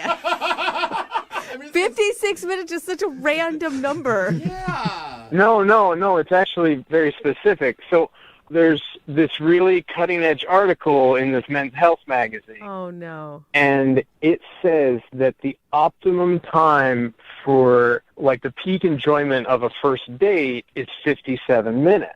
Huh. So if I set my watch, and at 56 minutes, I know I need to wrap it up, and then, you know, that'll increase the chances for a second date and a third date. You leave before the date peaks? Hold on. No, the article says your optimal time for a first date is 57 minutes. So you left a minute early. No. I set it for 1 minute shy so I could wrap things up and then leave right at the peak. Why didn't you set it for like 50 minutes so that you could have had like 7 minutes to casually wrap things up rather than sprinting out? What are you guys even saying? Why don't you just go with the flow on a date and just feel the mood of everything and then realize, okay, now it's time for this to be over, like a normal human being? No. I mean, studies have proven your chances of the date going poorly increase by 7-fold after 15 minutes from the 57-minute mark. So if I tried to extend it a little bit or anything, I would have probably lost track of time. And then it's like, that XY axis just starts plummeting. Okay. I feel like we've been listening to this for 57 minutes. Listen, Dylan, I understand that there's studies. Is there any studies on how your chances decrease with a woman if you just ditch her suddenly? I mean, I didn't ditch her suddenly. Like I said, I had a really wonderful time, but I have to go for something. Right, and then you haven't been calling her back or scheduling a second date. Guys. No, I have to wait until 6 p.m. tonight because linked to that 57-minute first date experience is a locked-in 75-hour waiting period, and that is the optimum time to call and then ask for a second date. Oh my God. Dude, why don't you just talk to her right now? Oh, seriously, this is exhausting. Well, no, I mean, that's not part of the plan. Well, I'm throwing a wrench into your plan because Michelle is actually on the phone listening and she wants to talk to you. Yeah, What? hi, Dylan. What? How weird. I didn't know you were on the phone. This is not good for the plan. Dylan, forget the plan. Just talk to her. I'm not into playing games, and this whole thing that you just came up with, this whole plan, is just so strange. Yeah. I mean, I didn't come up with it. A lot of top-notch people researched it and wrote it up in the Men's Health magazine. So, That's cool, but you couldn't, you couldn't explain something at the end of the date? You just kind of wanted to, use me as bait? No. It's just, I really liked you, and, I've had some dates where we just tried to see how the date would go, and they didn't end well, so I read this article. This feels very manipulative to me. Whoa. He walked away from you, Michelle, because he likes you. Yeah, Does that make sense? For sure, Michelle. I'm understanding what he's saying, and I get that the intention was good and positive, but it just feels very juvenile to me. I think it feels juvenile because you're talking with me 6.5 hours before the optimum time, and I was going to call you, and so it's I think it's having adverse effects. It's science. On the whole plan. Oh my God. Wow. Yeah, we threw off the time continuum with this call. Yeah. It was working. She wants to see him. She called us to call him. Exactly. Yeah, that is true. But now that I know that it was all a big calculated plan, I don't know, man. That feels just weird. It feels like you're going to be playing games the entire time. Our entire relationship, if we were to see each other again, is going to be... Okay, well, I don't want you to pitch a vacation, but we have to wait 45 days, and then we can't kiss until 2:34 on the 4.5 date. What? I think what she's saying, Dylan, is that it's really sweet that you really wanted things to go well, but maybe just be more relaxed. Oh, so you mean follow the plan, but just be a little relaxed with it. No. I could call her at 6:05 instead of 6. Dylan. No, we mean Dylan, you need to take the plan, print it out, set it on fire, throw it in the trash. Yeah. Okay, she doesn't want your plan. She just wants you to be you. Exactly. Oh. Can you do that? That is a great ask, Dylan. That is what people are looking for in the dating world. Okay, but just so that everybody knows, her finding out about the plan wasn't in the plan. Of course it Shocking. wasn't. So it's a contingency that's just... I know. We know. All right. We know. Well, how about we make a new plan where we'll send you guys out on a date and we'll pay for that date? Ooh. If you guys say yes. Oh, yeah. Is that a good plan, Dylan? I mean, I think I can get down with that plan. Okay. All right. Look at that. Look, he's flexible. See, Michelle? He's flexible. He's willing to go with the flow. Yeah. And don't forget about the 6-pack abs. So with all those things together, Michelle, are you willing to go out on a second date with him? We'll pay for it. I will go on a second date under my circumstances. Ooh, she's coming up with a plan now. Ooh. What's the circumstances? We meet at 12:43 on Wednesday. Dylan. She sees you, Dylan. She sees you. You're perfect for each other. I don't know about this, but I'll give it a try. Oh, man. Congratulations, Michelle. You got a successful second date update. Thank you. I don't know if there's going to be a third, but we'll see how the second one goes. There you go. That's all he has. Moving 92.5.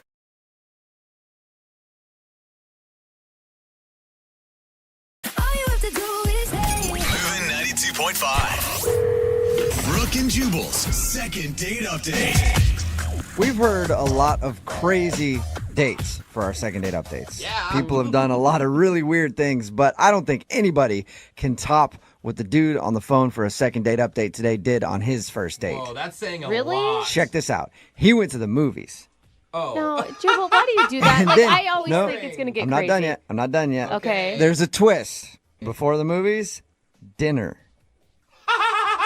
Crazy. Oh, mind Man, blown. Sean, where do you come up with this stuff? I mean, I wish I could think of date ideas like that, man.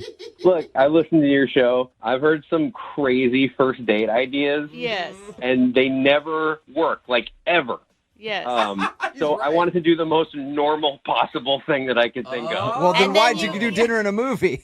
That's like so weird. Yeah, no, man, call me crazy. I just decided to go for it that night. You are a wild card, Sean. What's funny about that is you're making fun of like crazy date ideas not working, but you did something normal and you're on the phone with us. Uh-oh. No, I of course, I know. Of course, that's what happened. Yeah, and I can't do anything normal or like have anything go the way it's supposed to go. Of course, I probably should have known that. All right, well, tell us about the girl you want to call today. What's her name? Julia is her name. Julia. And how did you meet Julia? We have a mutual friend who had a party at their place one night. Got to talking, got her number, and then I texted her, was like, do you want to go out, grab dinner, see a movie, something? And she was like, yeah, so that's what we did like a week later. This, You're right, Jubal. This does sound crazy. I know, right? I mean, the most normal thing ever. Dude, where'd you find a girl that will see a movie on a first date? I know, it was amazing. I was like, I can't imagine that anybody there was going to go for it. I'm actually even I know. more shocked that where'd you find a girl that you could meet in person? Because I didn't know people still did that. Yeah, and I'm usually not very good at like talking to somebody in person I don't really know, but like we hit it off right away. That's awesome. Like I'm a big sports fan, and like she loves hockey, and so we were able to talk about sports. So I knew like, okay, this is somebody that I could like connect with, and like I could really see it going somewhere. Nice. So she shared your love of sweaty dudes as well. Totally. So both of you guys sat there and talked about sweaty dudes for a little while, and you're like, let's go out. How did the date go? The date went fine. We got to the theater and we like talked a little bit. Some kind of weird thing happened in the lobby that like I thought was funny at the time, but like I don't know now after some time she hasn't gotten back to me. I thought maybe this might be like weird. Okay, wait, hold on real quick before you get into what happened that was weird. You guys didn't do dinner before? You just met at the theater? No, we met at the theater. We went and had dinner at a place that was like right by there. Okay. Everything was going really well. Like we got along really well. We have a lot of the same things in common. So that was all really good. And then we went to the theater like right afterwards. Okay, and that's where the weird thing happened. Yes. So we were in the lobby and I was going to go to concessions and grab us like popcorn and stuff like that. And so I was looking at her and we were talking and I wasn't paying attention. And I walked right into this little girl who was standing there with like a big, like one of those gigantic things of popcorn in her arms and like knocked this girl over and the popcorn went everywhere. Which makes it look way more dramatic than it probably even was. Totally, because she's like this tiny little girl with this giant popcorn and I'm like this big dude. And so like she goes flying to the floor. Oh my and gosh. Popcorn everywhere. And like it took me a second to even figure out like what actually happened. Like I was paying attention to Julia was telling me a story. So I froze and then just like I just like burst out laughing. Like I couldn't like it was horrible. This little girl's like laying there, but like it was so like shocking. But my instant reaction was to laugh, which is horrible. And like I felt really bad afterward. Yeah, maybe if you would have stopped and like helped the kid up instead of just standing there over her and laughing. Honestly, man, I didn't even have like a chance to. Like by the time like I figured out what happened, like her mom came over and she started yelling at me. So like this mom is all in my face and like she's pissed, and I was apologizing, but like I still couldn't kind of stop laughing. Was the little girl crying as well? Oh yeah, no, she fell and like instantly started crying. Like it was horrible. Wait, did you ever get to apologize to her mom and to the kid? Yes, totally. Yes. You know, I was like, I'm so sorry. It was an accident. I tried to help her up. She didn't want me to touch her. And I eventually, I went to concessions and I bought a new popcorn for her. And you grabbed it and you poured it out in front of her and just laughed at her some more? No. Then I was done laughing at that point. I got her the new popcorn. You know, I said I was sorry a million times. And then, you know, we went into the movie. The movie pretty much started, right when we got in there. So we really didn't, talk after that. Okay. And were you the only one laughing, or was Julia laughing with you? She was not laughing. Okay. Oh, that's where you went wrong. How did the date end? Afterward, we came in separate cars, so she went off in her car, and then I went home, and I've tried her, I think, 2 times since then and left her a message, and I just never heard anything back from her. Okay. And you think it's got to be the fact that you assaulted a child? It's probably not.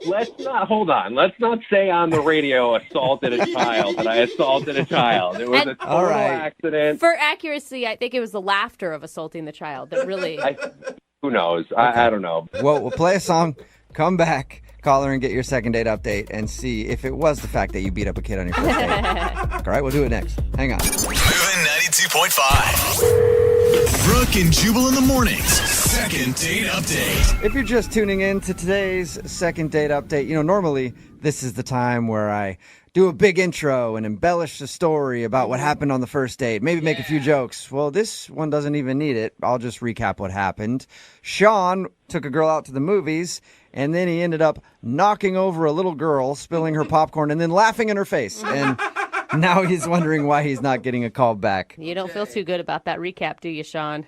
Doesn't sound good when you say it. No. Nothing does. But, I mean, to your defense, you did apologize profusely, buy the little girl new popcorn. I mean, if this really is the reason that this girl isn't calling you back, do you want to go out with her again?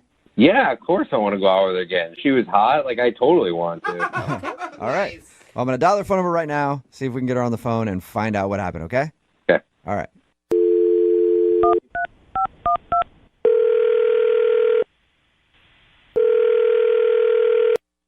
Hello? Hi, can I speak to Julia, please? This is Julia. Hey, what's up, Julia? How are you? This is Jubal from Brooke and Jubal in the Morning. I'm sorry, what? Who? Jubal from Brooke and Jubal in the Morning. It's a radio show. Okay. Yeah. How's it going? Hi. Any idea why a radio show would be calling you? Not really. What do you think of the Bahamas? Wait, a trip to the Bahamas? No, I was just asking your opinion on the Bahamas. It's just a I'm calling you polar because you actually went out on a date with one of our listeners and they emailed us to get a hold of you. Wait, but what about the Bahamas again? Oh, I was thinking of booking a vacation coming up. I was just asking your opinion if you'd ever been. But let's get to that later. We do a segment on our show called the Second Date Update. That's where if you go out on a date with somebody and then end up not calling them back after, they email us to see if we can get you on the phone and find out what happened. And you recently went out with a dude named Sean. Oh, yeah, Sean. Yeah. And Sean emailed us because he says he took you out to dinner and a movie and he thought everything was great, but now you're not returning any of his phone calls or text messages. Yeah. I mean, did he tell you guys what happened on the date, or it was kind of embarrassing? Do you mean when he punched the kid? He didn't punch the kid.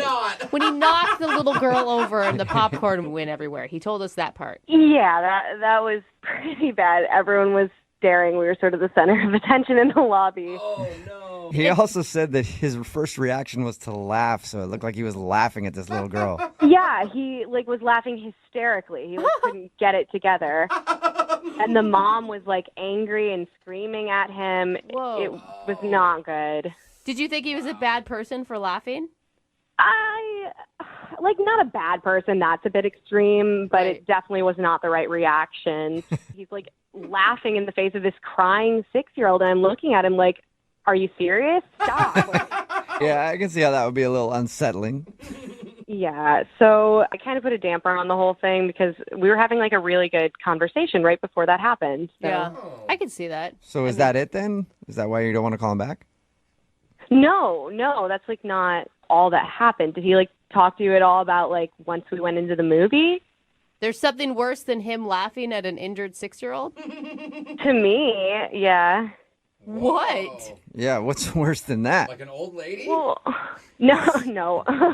He's just throwing elbows at everybody in the theater? Like, what's he doing? No, he didn't do anything to anybody else. But he did something that, for me, I thought was way more inappropriate. When we, like, got into the movie theater, the movie started, like, lights were down, everyone was quiet because they were watching the movie, and he, like, kept talking about what happened with the little girl. Like, he wouldn't let it go. Oh, he was talking to you? Yeah, he was, like, leaning over to me during the movie, being like, her mom should have been watching her. Why was she, like, even in my way? And, like, blaming the little girl for it. What? No. So I wouldn't have had to knee her in the forehead if she wasn't, like, standing in front of my knee. Yeah, no, really, though. He was completely blaming her. And then was saying that I was distracting him with, like, a story I was telling right before. He said that, like, I distracted him from the little girl and, like, it was partially my fault. Wow, so he blamed her and you. What did you say to that? I mean, I wanted him to just be quiet, so I was just like, yeah. And I wasn't sure if he was, like, joking. But if he was joking, like, I did not think it was funny. Yeah, well, he obviously has a weird sense of humor with the whole laughter to begin with. So, I don't know, maybe benefit of the doubt, he was being sarcastic? Maybe he was trying to make a joke, like, lighten the mood and was embarrassed. I don't know. But, I mean, he was blaming everybody else for it. Wow. Okay, so Yeah. so you just thought basically he's a jerk and you don't want to see him again. Yeah, it was just a turnoff that he wouldn't, like, take responsibility for what he did. And I don't... Julia, Hello? that's interesting. Hello? Sorry, what's going on? Oh, Julia, I forgot to tell you, Sean is actually on the other line listening to this conversation. He wants to talk to you. Serious? Yeah. Yeah, he is serious. I'm right here. Okay. I mean, you get that that's, like, obnoxious behavior, right? Well, first of all, when we got in there, like, we were totally having a great conversation. And then after that happened, and, like, I did all those, like, nice things to these people who, like, shouldn't have been screaming at me in the lobby. Like, you totally, like, were giving me the cold shoulder and, like, not talking to me. So I was, like, trying to tell you that, like, it was not my I wasn't talking fault. to you because we were in a movie. I was talking about before the movie even started yet, like before, like during like the preview and stuff like that. Like you totally like stopped talking to me. Yeah, usually people stop talking at the beginning of a movie, Sean. Well, look, the point is, like, I think she thought that I was like this horrible person for doing this, and like I wanted her to know, like, first of all, this little girl is just standing there in the middle of the lobby. Like, where is this mom? Like, she came out of nowhere and started yelling at me, but like, watch your kid. Wait, that's like... Do you, like, hear how you're coming off right now? You were there. I mean, you were there, right? You saw that she was nowhere to be seen. Like, she just let her kid walk around. Kid. She's not, like, to blame for you running into her. I mean, what was I supposed to do? Like, go over to her and be like, hey, little girl, you were in the way. Can you just, like, get up and move? No, but I thought maybe, like, when the mom just started screaming in my face, maybe you would, like, come to my defense, considering I was talking to you and looking at you when it happened. So wait, that was Julia's fault that she didn't defend you against an angry mother as well? You just stood there. Oh my God! You Yeah, don't Julia. take responsibility for anything, do you? Yeah, what are you doing, Julia? Gosh. See, that is exactly what I'm talking about. No responsibility, blaming everyone else for the whole thing. It literally wasn't my fault. Like, I was looking at you, and the little girl was in my way. There was nothing about that was my fault. Everybody else around me was making that happen. Julia, I think he sounds like real relationship material, and that getting into yeah. arguments with him down the road is going to be just real fun. See, this is exactly why I wasn't responding to his text to begin with. I can see. I get it. Okay, I am coming across as a bad guy here, and I am not the bad guy in this. Like, if I could, like, diagram this out for you, like, the way that we were walking and the way that Julia was facing, she could see the kid in front of me. Like, she watched me walk right into her. She had like a good 3 seconds easily Julia, to warn me it was going to happen. You monster, Julia. How could you just watch that kid about to get wrecked by Sean in the movie theater? Set the kid up. Oh my! I cannot believe what you're saying right now. He's ready to. You're like a detective now. He's ready to submit diagrams of what happened. Sean, just apologize and leave it at that. I don't get why you can't do that. Okay, fine. I will apologize. I apologize that Julia didn't see this person and tell me that she was coming and then make me look like this crazy monster who, like, assaulted a kid. Awesome. Okay, then. On that note, I think I need to ask you guys if you'll go out again on a second date. Julia, would you like to go out with Sean again one more time? We'll pay for it. No, thanks. Not even if you pay for it. Of course you would say that. She's a monster. Yeah. Sean, I'm sorry, man. No second date for you. All right, well, you know what? At least we know who's to blame, and it's not me. It's Julia, because she can't see the big f***ing picture. Yeah. Get with it, Julia. Damn it. Brooke and Jubal in the morning. Text in at 78592 says, that 6-year-old girl was such a jerk. I know. Ruined everything. Yeah, those kids. Talking about today's second date update. If you missed it, Sean wanted to call Julia. And Sean said they were out on a date. They went to the movies, kind of a normal date. The weird thing that happened, though, was while he was talking to her, he ran into a little kid at the theater, and she spilled her popcorn and started crying and stuff. And then his first reaction was to laugh because he was nervous, and I guess that's what you do. And he thought that might have made the date go bad. And it kind of did.